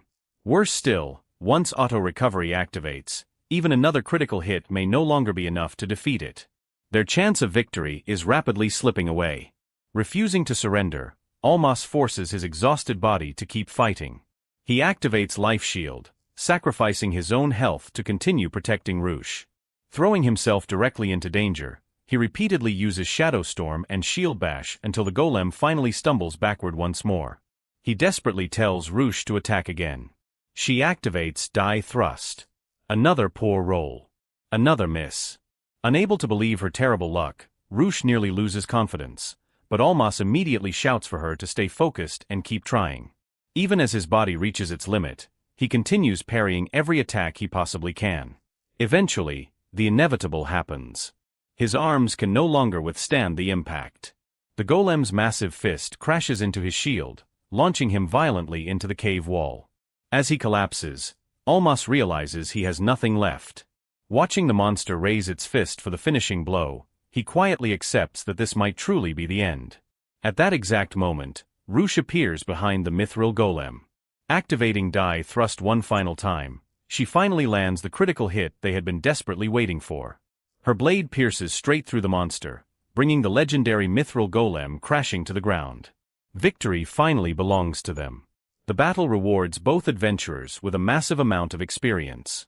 Ruche leaps from level 39 all the way to level 47, while Elymas climbs from level 45 to level 49. Exhausted but smiling, Elymas congratulates Ruche on an incredible performance. Overcome with relief, She admits she was on the verge of crying after missing 2 crucial attacks in a row and nearly believing she had doomed them both. Elymas simply laughs, reminding her that landing 2 critical 6s in only 4 attempts was still incredibly fortunate. Hearing those words, Ruche can no longer hold back her emotions and quietly sniffles, relieved that they both survived one of the most dangerous battles of their lives. Ruche looks at the magic stone they got and realizes it alone is worth around 2 million gold. Considering that adventurers stronger than them defeated a monster like this, Elymas starts wondering just how ridiculous their bank accounts must be. The mithril ingot is even crazier, with a sale price of 25 million gold. Since mithril is the strongest equipment material they can use at their current levels, they decide not to sell it. Instead, they'll return to Prona, find a talented blacksmith, and have it turned into a weapon. Elymas debates between a sword, knife, shield or armor, but settles on a knife for Ruche since she's the fastest member of their team and the key to their attack strategy. He also feels he owes her a huge debt. With these 2 new drops, they've already earned more than they did at the Angel's Playbox, and thanks to the period's luck effect, Elymas thinks they might soon have enough gold to buy the Grim Reaper Grip skillbook for Ruche. With that, they prepare to leave the dream hole. On the way out, Ruche worries about running into another monster, but Elymas assures her that after defeating the Mithril Golem, nothing else here can really challenge them. Even the Dream Lord should be weaker. He then reveals there's a shortcut back to the entrance. They just need to defeat the Dream Lord. Elymas knows its attack pattern and thinks he still has enough strength left after the Mithril Golem fight, although constantly taking damage and healing could cause mental exhaustion. If he had needed Dragon Rage, he would have gone home, but in his current condition, there's no reason to avoid the fight. The Dream Lord is a rogue centipede called the Boulder Centipede. Ruche isn't thrilled about fighting a giant bug, but she agrees to handle it. Before entering the boss room, Elymas checks Ruche's new build. She has put all her points into full acrobatics and reaches level 18, unlocking multi-hit acrobatics. Elymas teaches her how to use it by launching herself into the air and riding the mana while maintaining her spin. Ruche understands the technique but notices she'll be vulnerable right afterward. Elymas tells her not to worry because the Boulder Centipede has an obvious weakness to multi-hit attacks. At the deepest level of the Dream Hole, Elymas warns her not to let her guard down just because this boss is easier than the Mithril Golem. Inside, they find the level 60 Dream Lord Rogue Centipede with 156 HP and 71 MP. Elymas decides they should kill it quickly, grab the XP and items, and head back to town. The centipede charges them, and Ruche immediately regrets having to deal with that many legs. They dodge its attack, and Elymas tells her to follow their plan. Using his shield, he launches Ruche into the air, letting her land on the centipede's back. That's the monster's biggest weakness, since it has very few ways to attack enemies from there. Elymas keeps it distracted while Ruche uses multi-hit acrobatics, slicing it repeatedly. The centipede fires Rock Blast, but Ruche attacks again and drops its HP to 0. They earn 2,379 experience, with Ruche jumping from level 47 to 52 and Elymas going from 49 to 54. Ruche admits the Mithril Golem still felt stronger, but before they can celebrate, Elymas notices something is wrong. The defeated centipede starts releasing extremely hot steam. This phenomenon never happened with this monster in the game, so Elymas realizes the rules of this world may not perfectly match the game anymore. He suddenly tells Ruche to get away because the thing isn't actually dead. The steam blasts her away, and Elymas catches her before she gets hurt. Then the centipede shell starts cracking, and Elymas realizes the Dream Lord has triggered existence evolution. He apologizes to Ruche because he never expected this to happen. Existence evolution can only be triggered by certain monsters under specific conditions, but even in his old magic world, the exact requirements were never revealed because they were so complicated. Elymas roughly knows the Boulder Centipede's requirements. It has to consume a certain number of magic stones, consume a certain number of corpses, and then be defeated by an adventurer. The problem is that this dream hole only appeared recently, so Elymas can't figure out how the centipede could have fulfilled those conditions. If it had been adventuring long enough to do so, the city would have been flooded with reports of deaths. He suspects someone or something may have been deliberately satisfying the conditions, but he can't understand why anyone would know about existence evolution, let alone trigger it on purpose. The one thing he knows for sure is that his game knowledge has led him to make the wrong call in this world, and Ruche got dragged into it. Ruche tells him not to worry and even suggests he send her flying with Shield Bash again so she can attack. But now that the monster has evolved, dice thrust is no longer a reliable option. Elymas calculates that they'd need to roll at least 6 times, meaning they might have to attack around 10 times just to get enough successful rolls, and if they keep missing, auto-recovery will make the required number even higher. Then the boulder centipede completes its evolution, jumping straight from level 60 to level 75. Its appearance changes, including a glowing human-like eye, and its HP rises to 274 with 134 MP. Ruche freezes when she sees the level 75 monster, but Elymas tells her to move. The centipede lunges at her, and Elymas barely gets them both out of the way. With its insane speed, attack power, and new level, escaping is no longer realistic. So Elymas proposes another plan to Ruche. She agrees, and Elymas decides it's time to use Balance Breaker, a technique from his old magic world. He's going to bring this monstrosity down with a single blow from the heavy knight. Elymas realizes that the death mutant is far beyond them. Its enormous HP, powerful armor, and healing ability make a normal attack almost useless. To defeat it, he decides to recreate the overwhelming firepower of the heavy knight class in this world. Ruche, despite being frightened, clenches her fist and volunteers to help. Elymas thanks her, but explains that they only have one real opportunity to create an opening. When the death mutant launches its deadly death needle, the two hide behind a massive boulder, but the attack melts straight through the rock. Elymas quickly reveals his plan. Using Shield Bash, he will launch Ruche toward another boulder so she can attack the monster's unprotected tail from behind. Ruche accepts the task, and when the monster eventually destroys their hiding place, Elymas throws a rock at it to draw its attention while Ruche prepares for the attack. Elymas activates Life Shield, leaving himself with only 22 HP, and deliberately draws the monster toward him. At the same time, his skill Dragon Rage, Death Zone finally activates, doubling his current speed. Even with the boost, however, the death mutant remains faster. Elymas leads it through a narrow cave and desperately dodges its attacks, knowing that another death needle could easily destroy his life shield. He realizes that the monster's greatest weakness is also its biggest opening. Whenever it prepares Death Needle, its body becomes vulnerable just before the attack is released. Elymas uses Shield Bash to evade the incoming strike, giving Ruche the perfect opportunity to attack. Ruche launches Stride Thrust directly into the monster's tail, landing a critical hit. Elymas immediately understands that unlike the monster's armored body and legs, its tail is practically unprotected. The death mutant turns toward Ruche, so Elymas orders her to run around a gigantic stalagmite. As Ruche circles it, the monster follows closely behind, but the circumference of the stalagmite is almost identical to the creature's own length. Eventually, its enormous body wraps around the formation and leaves it trapped. Elymas then tells Ruche to stomp on its tail and leap onto the top of the stalagmite. Ruche does exactly that. The monster tries to strike her but accidentally attacks its own tail, causing the creature to become stunned. Ruche watches in disbelief, tears forming in her eyes as she realizes their plan actually worked. Elymas praises her and prepares to deliver the finishing blow.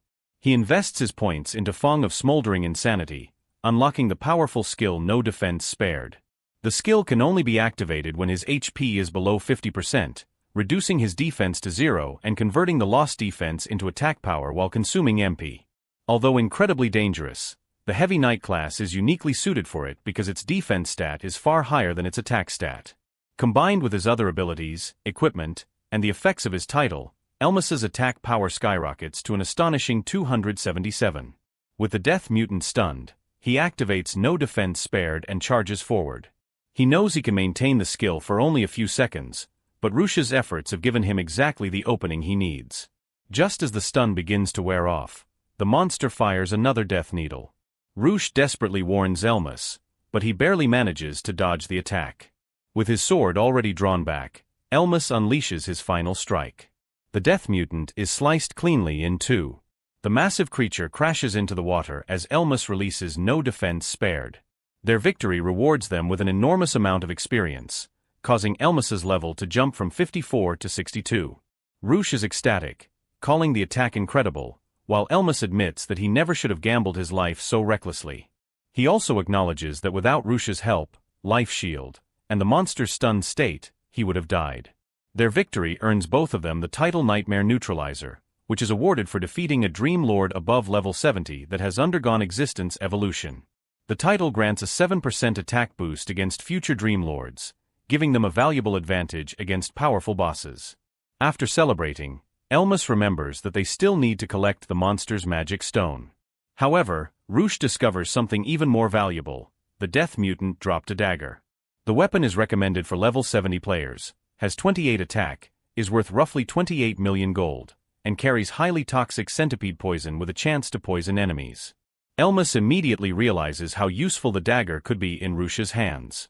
Her fast, multi-hit attacks could repeatedly trigger the weapon's poison effect, potentially giving them a huge advantage against stronger enemies.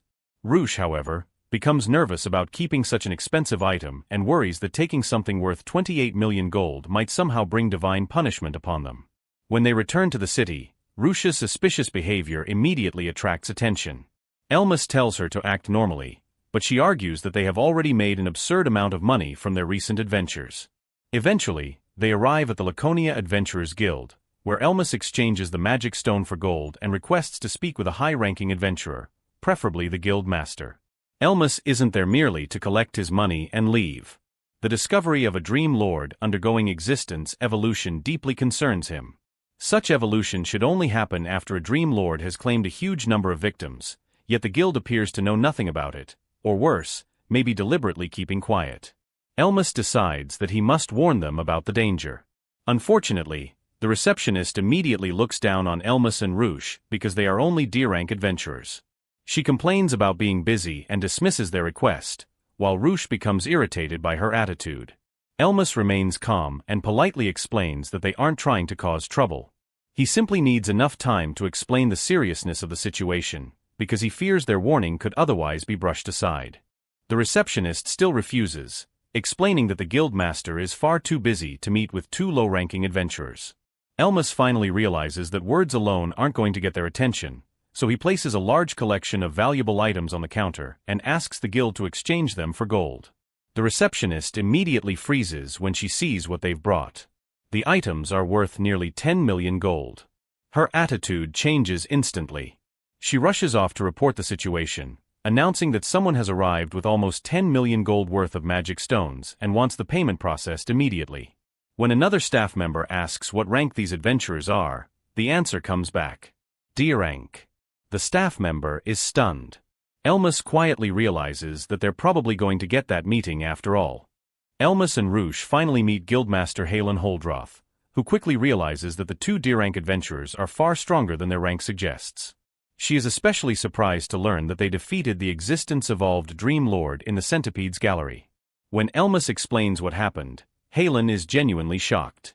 A level 60 Dream Lord evolving into something close to level 80 is extremely rare and dangerous, especially since nobody knows what abilities an existence-evolved Dream Lord might possess. She admits that the guild may have to deploy B-rank adventurers or seek help from the noble household. Halen questions Elymas about the battle and confirms that they really defeated the monster themselves.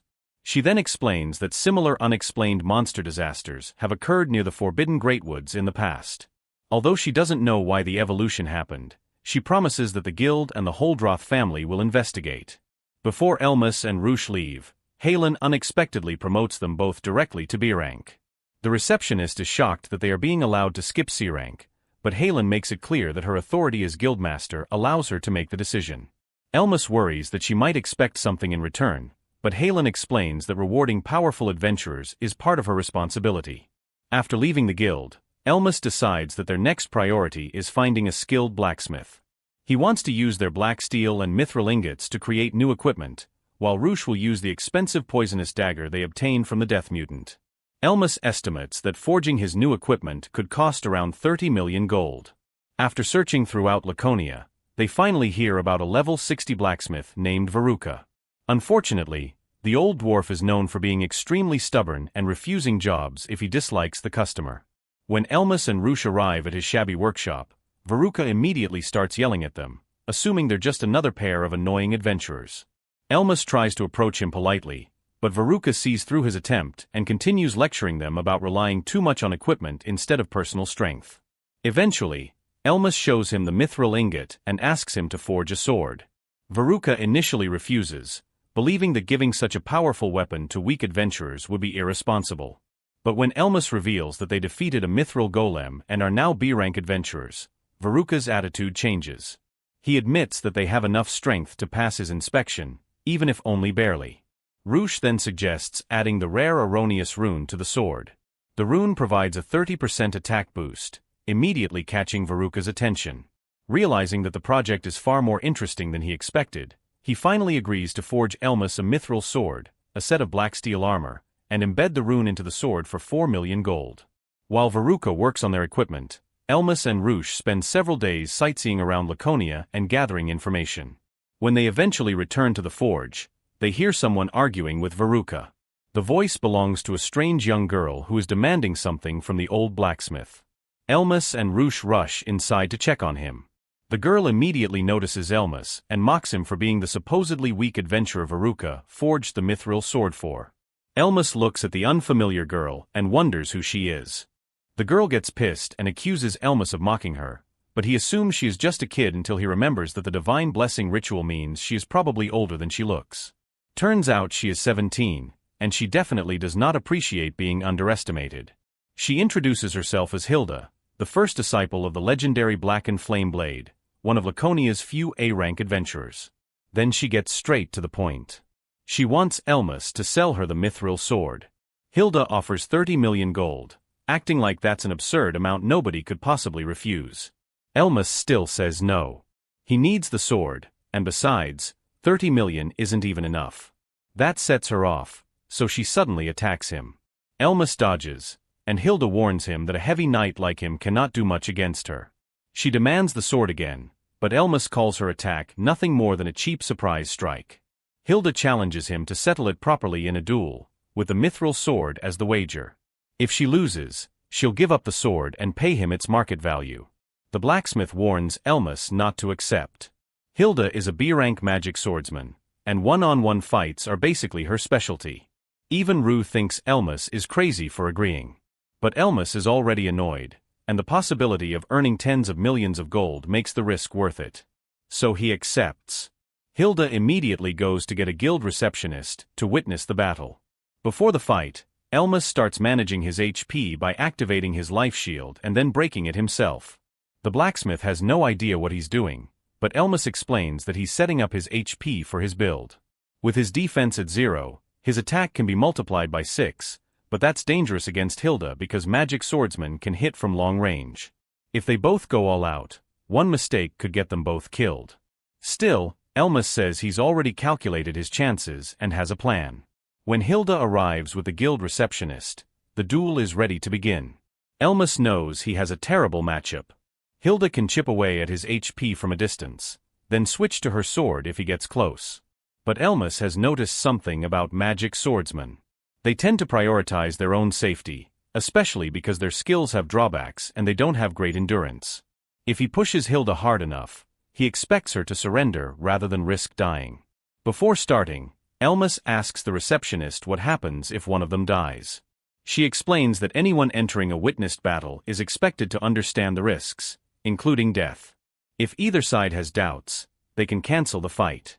Elymas says that's all he wanted to confirm and tells Hilda to begin. She gets annoyed, but agrees to the terms. The battle starts, and Elymas activates Life Shield and Dragon Rage Death Gaze. Since his HP is already at 20% or less, his attack and speed get a massive 100% boost. Hilda immediately notices that his skills are strange. Then Elymas activates No Defense Spirit, dropping his defense to 0 and converting that lost defense into even more attack power while continuously consuming MP lose even reminds him that he was told never to use that skill in battle. Hilda realizes this is another skill she has never seen before, and Luz's reaction tells her it's probably important. She decides to keep her distance and fires a blaze attack. But Elymas answers with Soul Strike. The attack tears through the ground from a distance, forcing Hilda to dodge. Everyone watching is stunned by the sheer power. Hilda realizes this fight is going badly. When Elymas keeps advancing, she drops her sword and starts demanding a timeout. He doesn't stop. She gets desperate and finally gives up, admitting defeat. Elymas explains that this was exactly what he expected. Magic swordsmen have huge firepower, but their skills often come with drawbacks, and they cannot afford to take unnecessary risks. Once they feel genuinely threatened, they'll choose survival over pride. Hilda did exactly that, so Elymas was confident she would surrender. The receptionist officially declares Elymas the winner, but Hilda immediately protests. She insists she only called for a timeout and surrendered because Elymas refused to stop. The receptionist shuts that down. Since she agreed to the witnessed battle and its terms beforehand, the guild will not recognize her protest. Hilda reluctantly accepts the result, but asks Elymas to at least take her situation into consideration and settle for 20 million gold instead of 30 million. Elymas refuses again. Then the blacksmith awkwardly reveals something important. The sword isn't actually worth anywhere near 30 million. He tells them to check its stats themselves. The mithril sword is level 70 equipment with a plus 46 attack boost, and its sale price is a ridiculous 51.5 million gold. Its description also reveals that it is packed with powerful mana and contains a special rune. Elymas realizes he completely forgot about the rune, while Hilda nearly loses her mind after seeing the price. There's no way she can casually pay 51.5 million gold, so she begs Elymas to lower it to 40 million. Elymas points out that she needs to decide whether she's angry or begging because she somehow keeps doing both. Even Rue starts feeling sorry for her. Hilda goes all the way and begs for mercy, but then the receptionist casually reminds her that B-rank adventurers can apply for loans. Today, Elymas and Roosh are at the guild when the receptionist confirms that Hilda has paid the 50 million gold she owed them. Elymas is surprised she managed to prepare that much money in less than 2 days. The receptionist jokes that the guild is used to handling adventurer disputes, especially once its members get motivated. Before they can leave, Hilda storms in and demands every coin back, claiming Elymas cheated her. Elymas notices she sold her weapons and decides it's time to leave, but Hilda blocks them. She's brought her master along, and Elymas immediately realizes this man is the blackened flame blade, Carlos, an A-rank magic swordsman. Just his aura tells Elymas that Carlos is on another level, and fighting him right now would be a terrible idea. Carlos asks if Elymas really cheated Hilda, but after hearing what happened, he quickly realizes Hilda challenged Elymas over the mithril sword and lost fair and square. He even smacks Hilda for twisting the story. Hilda is shocked because she thought Carlos believed her, but he makes it clear that he only agreed to meet Elymas and never actually accepted Hilda as his disciple. Seeing how upset she gets, Carlos admits that his poor handling of the situation may have caused trouble, but Elymas tells him not to worry. He accepted Hilda's challenge because the money was worth it, and he could have walked away whenever he wanted.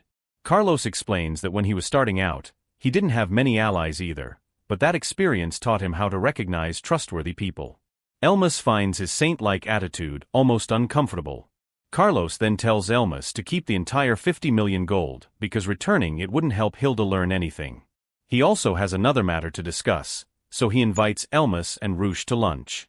At the restaurant, Carlos explains that monster attacks around Dacornia have been increasing. New dream holes are appearing, monsters are pouring out of them, and cases of real-world evolution are happening more often. He's been investigating these dream holes alone and recently failed to clear one himself. Elymas is surprised because even an A-rank adventurer couldn't handle it. Carlos explains that a monster pool had formed, meaning an absurd number of monsters were pouring out at once. Elymas immediately realizes this could be connected to the Centipede Gallery incident and Mute's death. If these disasters are connected and start happening worldwide, human territory could shrink drastically. Roosh thinks that's a bit of a leap, but Carlos agrees it might not be an exaggeration. He then asks Elymas and Roosh to join him on a raid into the Graveyard of Grief, the dream hole he failed to explore. Elymas has some reservations, especially because the whole situation feels ominous, but decides to accept. If something strange is happening in this world, he believes someone has to stop it, and with his memories of Magic World, he might be the one person capable of doing it. Hilda also decides to come along because she wants to fight beside Carlos again. Carlos warns her not to force herself, but she insists. Soon, Elymas, Roosh, Carlos, Hilda, and a large group of higher-rank adventurers head toward the Graveyard of Grief. Elymas is surprised by how many strong adventurers the big city guild has gathered, while Roosh figures they must trust Carlos's strength. Hilda questions why they need so many people, but Carlos explains that the situation could get worse at any moment, so he'd rather have enough people to handle it. Some adventurers also wonder why Hilda, the blackened Flameblade's disciple, is carrying a scythe. Roosh asks why Carlos accepted her as a disciple in the first place. Carlos explains that the magic swordsman class has incredible attack power but is inefficient and often causes problems for its party. If someone like Hilda gets isolated from everyone else, she could eventually throw herself into danger and die. Elymas agrees because even in the game, magic swordsmen weren't always great for their parties. Carlos then opens up about his own past. He says that when he was younger, he couldn't understand other people, constantly rushed to succeed, and blamed everyone around him for being selfish. He wishes someone had calmly guided him back then, which is why he decided to reach out to Hilda. Hilda is touched by this, while Elymas and Rush are impressed. Elymas just wishes Hilda would learn some of her master's personality too. Hilda doesn't appreciate that comment. As they continue, Rush wonders what Carlos would be like if he ever went wild, and Elymas suspects Carlos is exaggerating a little just to keep Hilda from feeling embarrassed. Then Carlos suddenly orders everyone to stop. A huge horde of monsters is rushing out of the dream hole, including flying monsters and mad wolves around level 52. Carlos immediately orders everyone to cut them down. The battle begins, and Rush uses her new poisonous Chitapada dagger to poison a wolf. Thanks to her high luck, the weapon has great synergy with her, and the poison also lowers the target's speed by 10%. An archer finishes the wolf off, and the party keeps cutting through the horde. Eventually, Rush takes down the last one. Elymas calls it a pretty fierce welcome before they've even entered the dream hole. He checks his equipment and is relieved that Varuga's work held up perfectly. With his mithril sword, demon ray shield, and black steel armor, Elymas figures he won't be mistaken for some newbie running around in iron armor anymore. After the battle, Elymas checks on Rush and points out that the poisonous Kalapada dagger's secondary effect worked well, though she did take some damage. Rush admits she got a little carried away testing her new weapon, but before she can worry about healing, a priest named Mabel restores her HP. Mabel introduces herself as a C-rank healer who was brought along for the raid, and says she's counting on the B-rank adventurers. Elymas introduces himself as a heavy knight and Rush as a priestess, then feels relieved knowing they have a reliable white mage with them. But one of the archers immediately complains that they haven't even entered the dream hole yet, so Mabel shouldn't waste her MP. Elymas recognizes him as Kelt, a B-rank hunter who's higher level than most of the group. Kelt tells Mabel to stay out of the way and calls her a filthy noob, claiming this raid will be a marathon and that everyone needs to understand their role. Elymas quickly realizes what Kelt is doing. He's trying to establish control by intimidating Mabel while keeping the frontline fighters from getting in his way. If the vanguard gets overwhelmed, Kelt can safely attack from behind and collect the rewards. Kelt then explains that whoever gets the kill gets the gold from the drop, which he claims is meant to stop everyone from fighting over loot. Rush points out that several of the drops came from her skills, and Elymas immediately decides he already hates Kelt. He reassures Mabel that she shouldn't worry because Kelt is the type of person who tries to overwhelm others by blaming them. Mabel calmly admits that she's used to people like him. She usually pretends to follow their orders, then finds reasons to delay healing until they eventually fall in line. She gives Elymas a terrifying look before adding that she actually wants everyone to get along. Elymas and Rush agree. The group continues through the area, avoiding undead whenever possible and fighting anything they can't avoid, until they finally reach the entrance to the Graveyard of Grief. Carlos explains that they'll split into 5 groups and take different routes through the dream hole. The floors and monster spawns are random, but previous adventurers have provided enough information for them to understand most of the possible paths. Once the survey is complete, they'll launch a human wave attack against the Dream Lord. The guild has also prepared a reward fund, so everyone has an incentive to cooperate. Carlos reveals that the Dream Lord here is a skeleton knight, and with their numbers, they should be fine as long as they stay cautious. He's already decided how to divide everyone into groups. Hilda gets excited about being placed with Carlos, thinking it means he's finally recognized her talent. Carlos quickly kills that idea. He only put her in his group because he can't trust her current equipment with another team. Kelt then notices Elymas and Rush and warns them not to get in his way. Mabel is happy to be grouped with the people she met earlier and says she looks forward to working with both Elymas and Kelt. Kelt immediately reminds her that she's a dumb healer, and Mabel politely says she'll pay close attention to the experienced adventurers. Under her breath, though, she promises to save her MP for healing them in the deepest, darkest depths of the dream hole. Rush starts wondering if they're actually in danger from her, but Elymas figures Mabel won't do anything crazy as long as nobody acts shady. Soon, their group enters the Graveyard of Grief with Kelt as leader, followed by Mabel, Elymas, and Rush. Rush immediately feels like everything is suspicious. The statues, the gravestones, basically the entire place. Elymas agrees because it's hard to identify something unusual when they don't even know what they're looking for. Still, his experience playing Magic World might help him notice things that don't belong. Mabel reminds them that their first priorities are killing monsters and investigating the dream hole, so they shouldn't overcomplicate things. Kelt then orders Elymas to stay farther ahead and asks what he'll do if a monster catches Mabel off guard. He tells Elymas to understand his role and stop forcing him to give unnecessary orders. Elymas stays quiet, but he notices the flaw in Kelt's strategy. Having a naturally slow heavy knight so far ahead isn't exactly ideal. Still, Kelt could easily dismiss any criticism as a difference in strategy, leaving Elymas with no real way to argue. Then Elymas spots their first monsters. For level 55 mummy ranas come charging at them, and their stats are much higher than their cute appearance suggests. One jumps straight toward Mabel, but Elymas stops it with Shadow Storm and knocks it away with Steel Bash.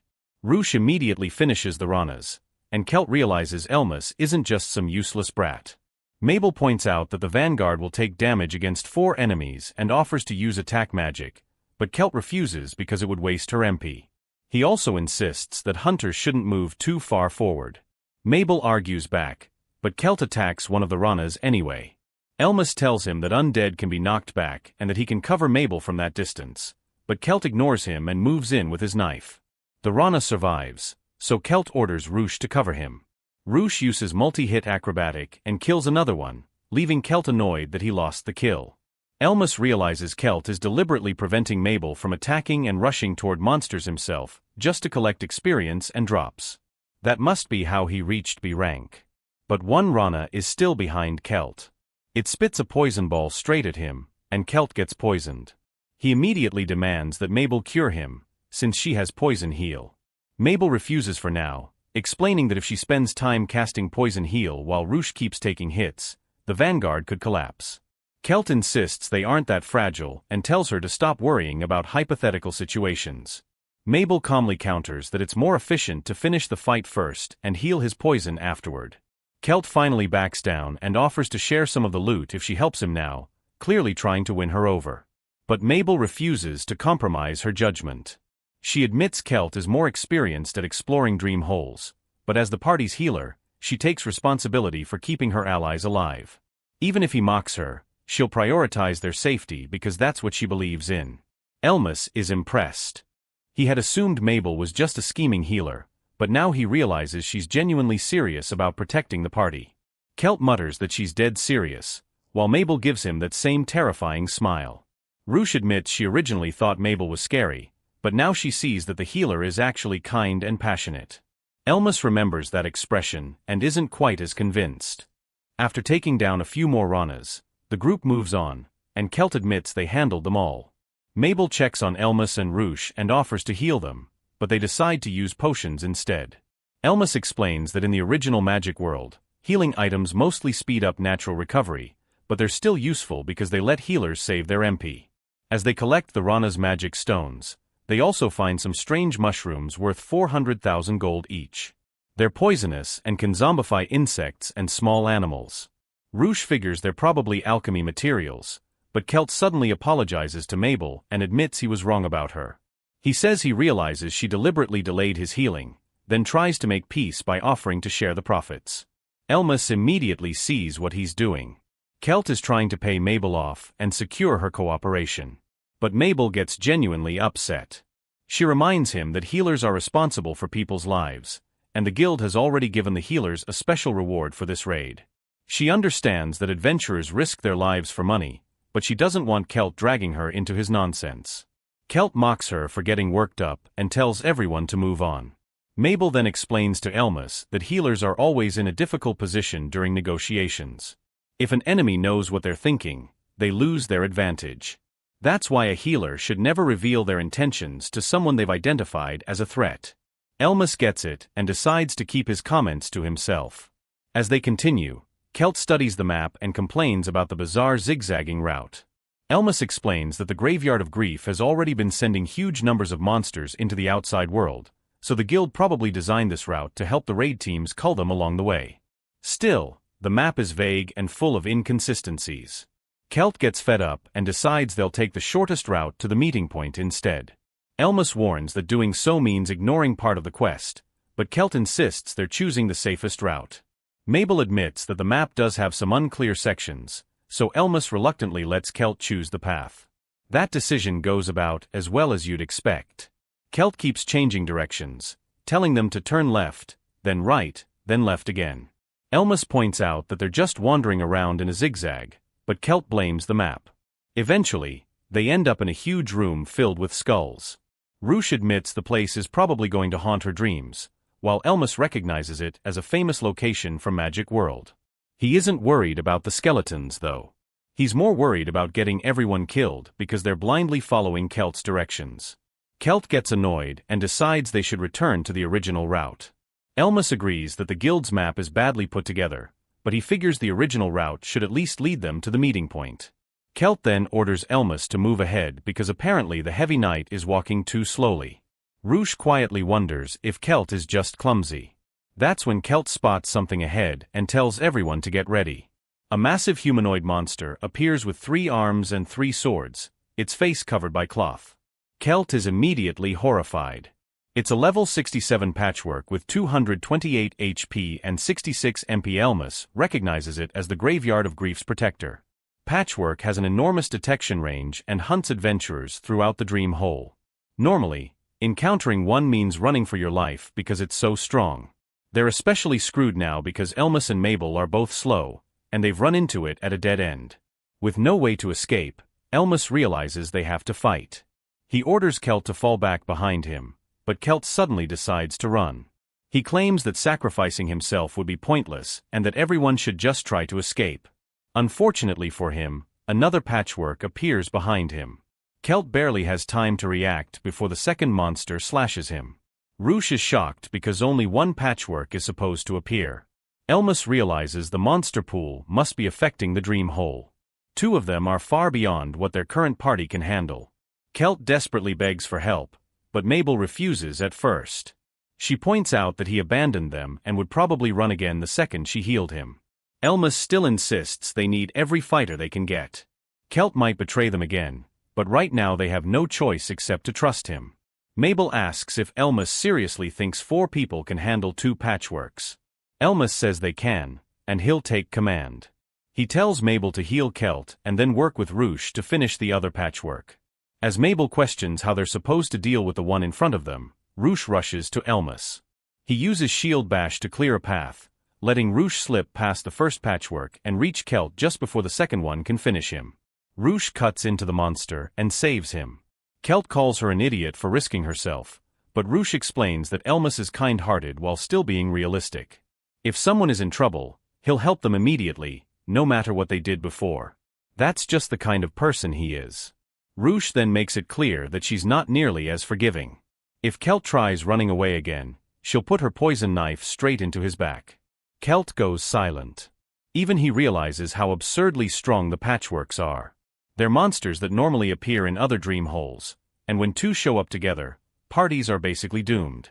Mabel agrees that their current strength isn't enough to fight both head-on. Elymas decides to handle one himself while Mabel heals Kelt and then works with Roosh to defeat the other. He reminds them that a heavy knight's job is to draw the enemy's attention. Mabel agrees and rushes toward Kelt, but the patchwork charges after her. Elymas immediately uses Shadow Storm to stop it, knocking the monster down. He stands over it and declares that it's his prey. Elymas charges the patchwork, but the monster blocks his attacks with its swords. He keeps counting as he tests its defenses, but Patchwork suddenly unleashes Death Sword. Elymas manages to slice through the attack and realizes this is the monster's 4th sword skill. Death Sword activates quickly and hits incredibly hard, making Patchwork even more dangerous at close range. With 3 arms and a huge attack range, it's exactly the kind of monster you never want to fight head-on. Elymas tells Roosh to stay on its left side, keep moving, and never remain in one spot for more than a second. She leaves the attacking to Kelt and Mabel and focuses entirely on evasion and defense. When she reaches a dead end, Roosh uses her acrobatic skill to flip away and keep moving. Meanwhile, Kelt and Mabel attack from range, but their attacks barely hurt the monster. Elymas realizes this will be a long fight, which is actually good for them. Patchwork is terrifying up close, but it's slow and has no long-range attacks. As long as they keep avoiding it, they can wear it down. Elymas knows he's the one in the most danger though, since he's forced to fight it directly.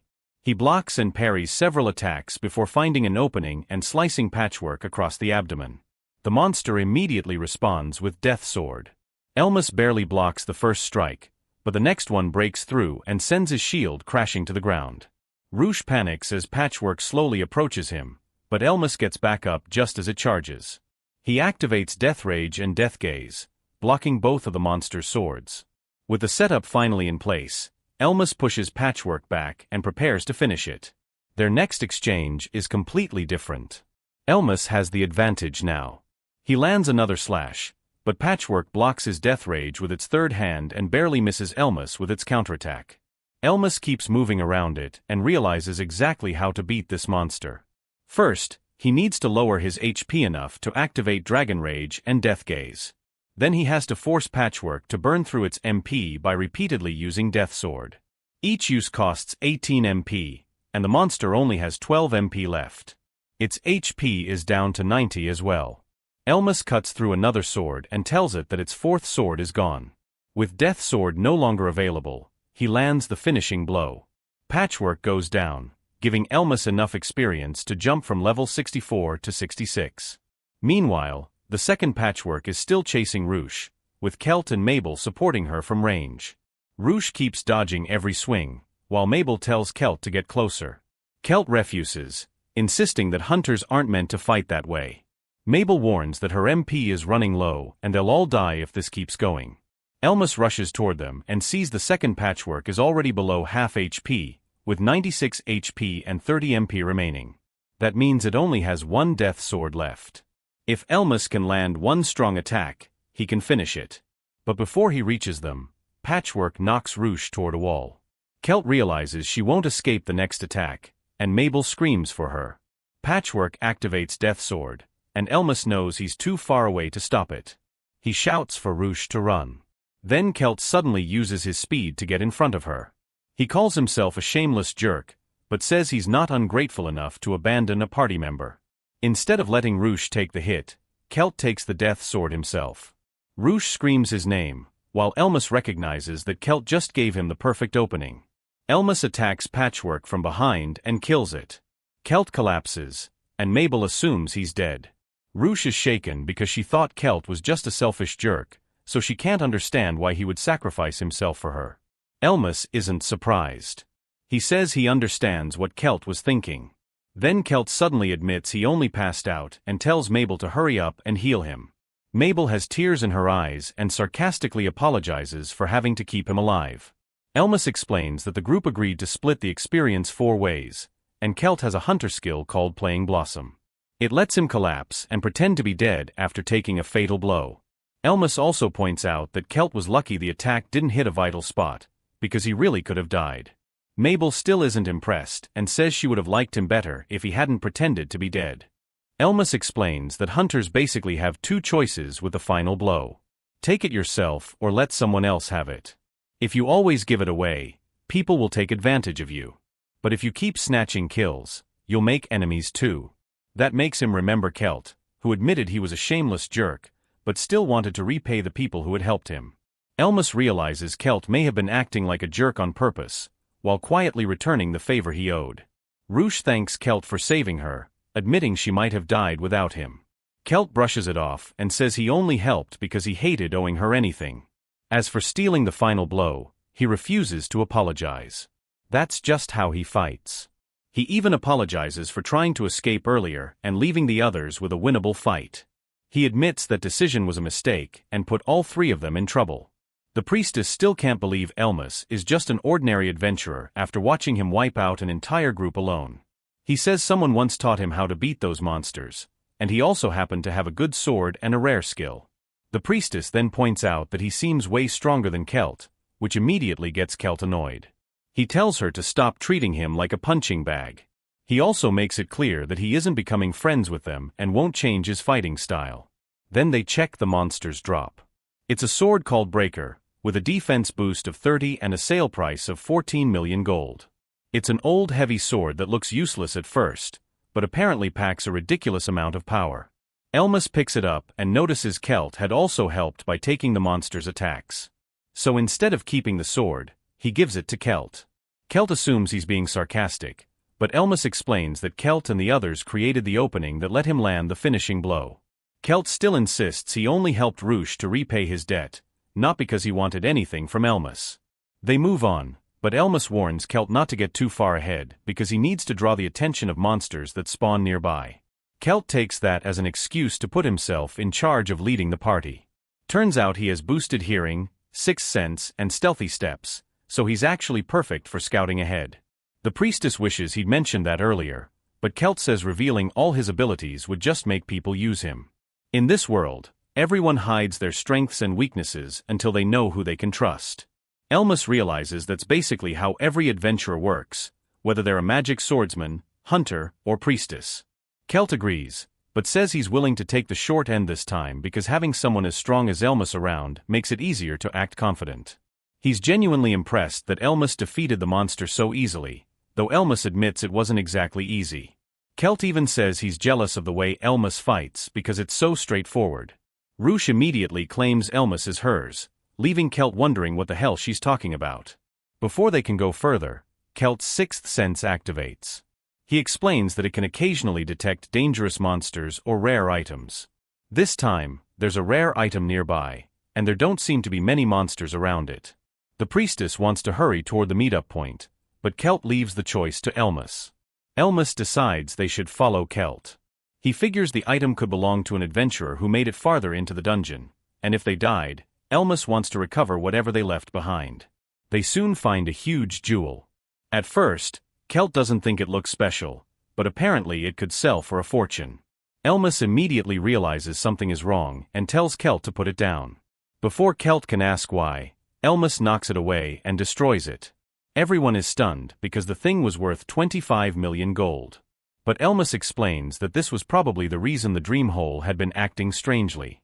The item is the Lamenting Trebzerdedron, a crystal created by combining monster souls with extremely pure dark mana. It carries a powerful curse that can cause disasters if left exposed. Elymas realizes the dream hole changes when too many materials containing powerful mana build up. If someone has been deliberately scattering these magic stones around different dream holes, that could explain why so many of them have suddenly started behaving abnormally. And if a criminal went this far to cause all of this, there's no way their real plan ends with the dream hole simply being conquered. That thought doesn't last long because Kelt suddenly hears screaming from far away. Something is charging toward them at insane speed. The priestess immediately regrets not going to the meetup point, but Kelt realizes the sound is actually coming from there. They assume it's the Dream Lord Nightborn, but Kelt points out that they can't fight it right now. The others can't even reach them safely because Nightborn will catch them first. Elymas disagrees. Nightborn is a massive skeleton, so it shouldn't be capable of moving that fast. Kelt agrees that the footsteps sounded more like an animal. Elymas then realizes what might have happened. Nightborn may have undergone existence evolution and reached level 85. That possibility terrifies everyone because they have no chance of fighting something like that normally. Still, they at least know what's coming because Kelt detected it early. Elymas decides there's no more time to hide their abilities. He tells Roosh and himself to reveal everything they have, and asks Kelt and the priestess to do the same. Kelt refuses at first because an adventurer's stat window is basically their lifeline. Once people know exactly what you can and can't do, they can exploit you. Elymas understands his point. This world doesn't follow the convenient game logic he knows. Kelt also points out that even with their combined abilities, they probably can't damage Nightborn at all. But Elymas has a skill that can deal with it. If the others can create an opening, he believes he can kill the Dream Lord. He also reminds Kelt that despite claiming he only helped Roosh to repay a debt, Kelt still risked his life for her. Elymas already considers him a close ally and asks him to lend his strength. Kelt is surprised by that, but finally accepts. He tells Elymas he'll follow his orders and reveals his stats. The priestess does the same, making it clear she wants peace and would rather mourn than die for nothing. With everyone's abilities finally on the table, Elymas decides they're going to push their powers to the absolute limit and defeat this Dream Lord for good. The Dreamhole's boss is already charging toward Elymas's team, so they quickly go over their abilities. Kelt is shocked to learn Elymas has a skill that can multiply his attack 6 times by sacrificing HP. Even the priestess is impressed by how efficiently his skill tree is built. Roosh is obviously loving it. Kelt then asks if they actually have a chance, and Elymas admits their odds are terrible, but thanks to everyone revealing their stats, he has a plan. Elymas spends 7 skill points on Oath of Heavy Armor and unlocks Protect. It creates a barrier that reduces incoming damage by 30% for 3 minutes. The timing has to be perfect or he'll just waste MP, but it should let him survive a stronger hit. It also helps trigger Courage Death Race. The priestess wants to heal everyone, but she doesn't have enough HP left, so she plans to heal Elymas and Roosh once each. Elymas refuses and tells her to heal Roosh, then Kelt. That catches Kelt off guard. With the boss almost there, Elymas explains the plan. Kelt's skills can predict the Dream Lord's charges, but if they fight normally, they'll get wiped out. They can't afford a long battle because one clean hit could kill them. So they're going all in and ending this as fast as possible. The monster finally appears. It's a level 85 Skull Lord with a skeleton's upper body, horse legs, and a sword. Its HP is 761,787, and its MP is 306,315. The priestess is stunned because it looks nothing like Nightborn's description. Elymas figures it must have evolved into a different form, but it's still basically the same creature. Roosh immediately gets to work, while Elymas activates Life Shield, Dragon Rage, Death Race, and 3 other skills at once. Then everyone charges. Elymas notices one problem right away. The Skull Lord has a shield. If that shield can block their finishing attacks, they have no chance. That's where Kelt comes in. He suddenly emerges from the ground behind the Skull Lord and uses Shadow Skulk with point shot. The arrow pierces its back, proving Kelt can create the opening they need. The Skull Lord turns toward him, but Roosh attacks from the side with her multi-hit skills. The shield blocks most of it, so she switches tactics and uses acrobatics to strike its horse body. That lands the poison. Elymas immediately follows up with Slice and Disarm while the priestess uses Slow. The debuffs start working, and the Skull Lord's HP drops to 314. Everything is going according to plan, but Elymas knows Dream Lords have heavy resistance to debuffs. Their effects are weaker and only last half as long. So this is their final window. The Skull Lord attacks Elymas, but he blocks with parry. Roosh attacks from behind and gets blocked. Kelt fires another arrow that hits its foot, but barely does anything. Roosh tries again and gets blocked too. Then the Skull Lord prepares to strike her. Elymas shouts for Roosh to move, but the monster suddenly uses Thunderous Earth Shock.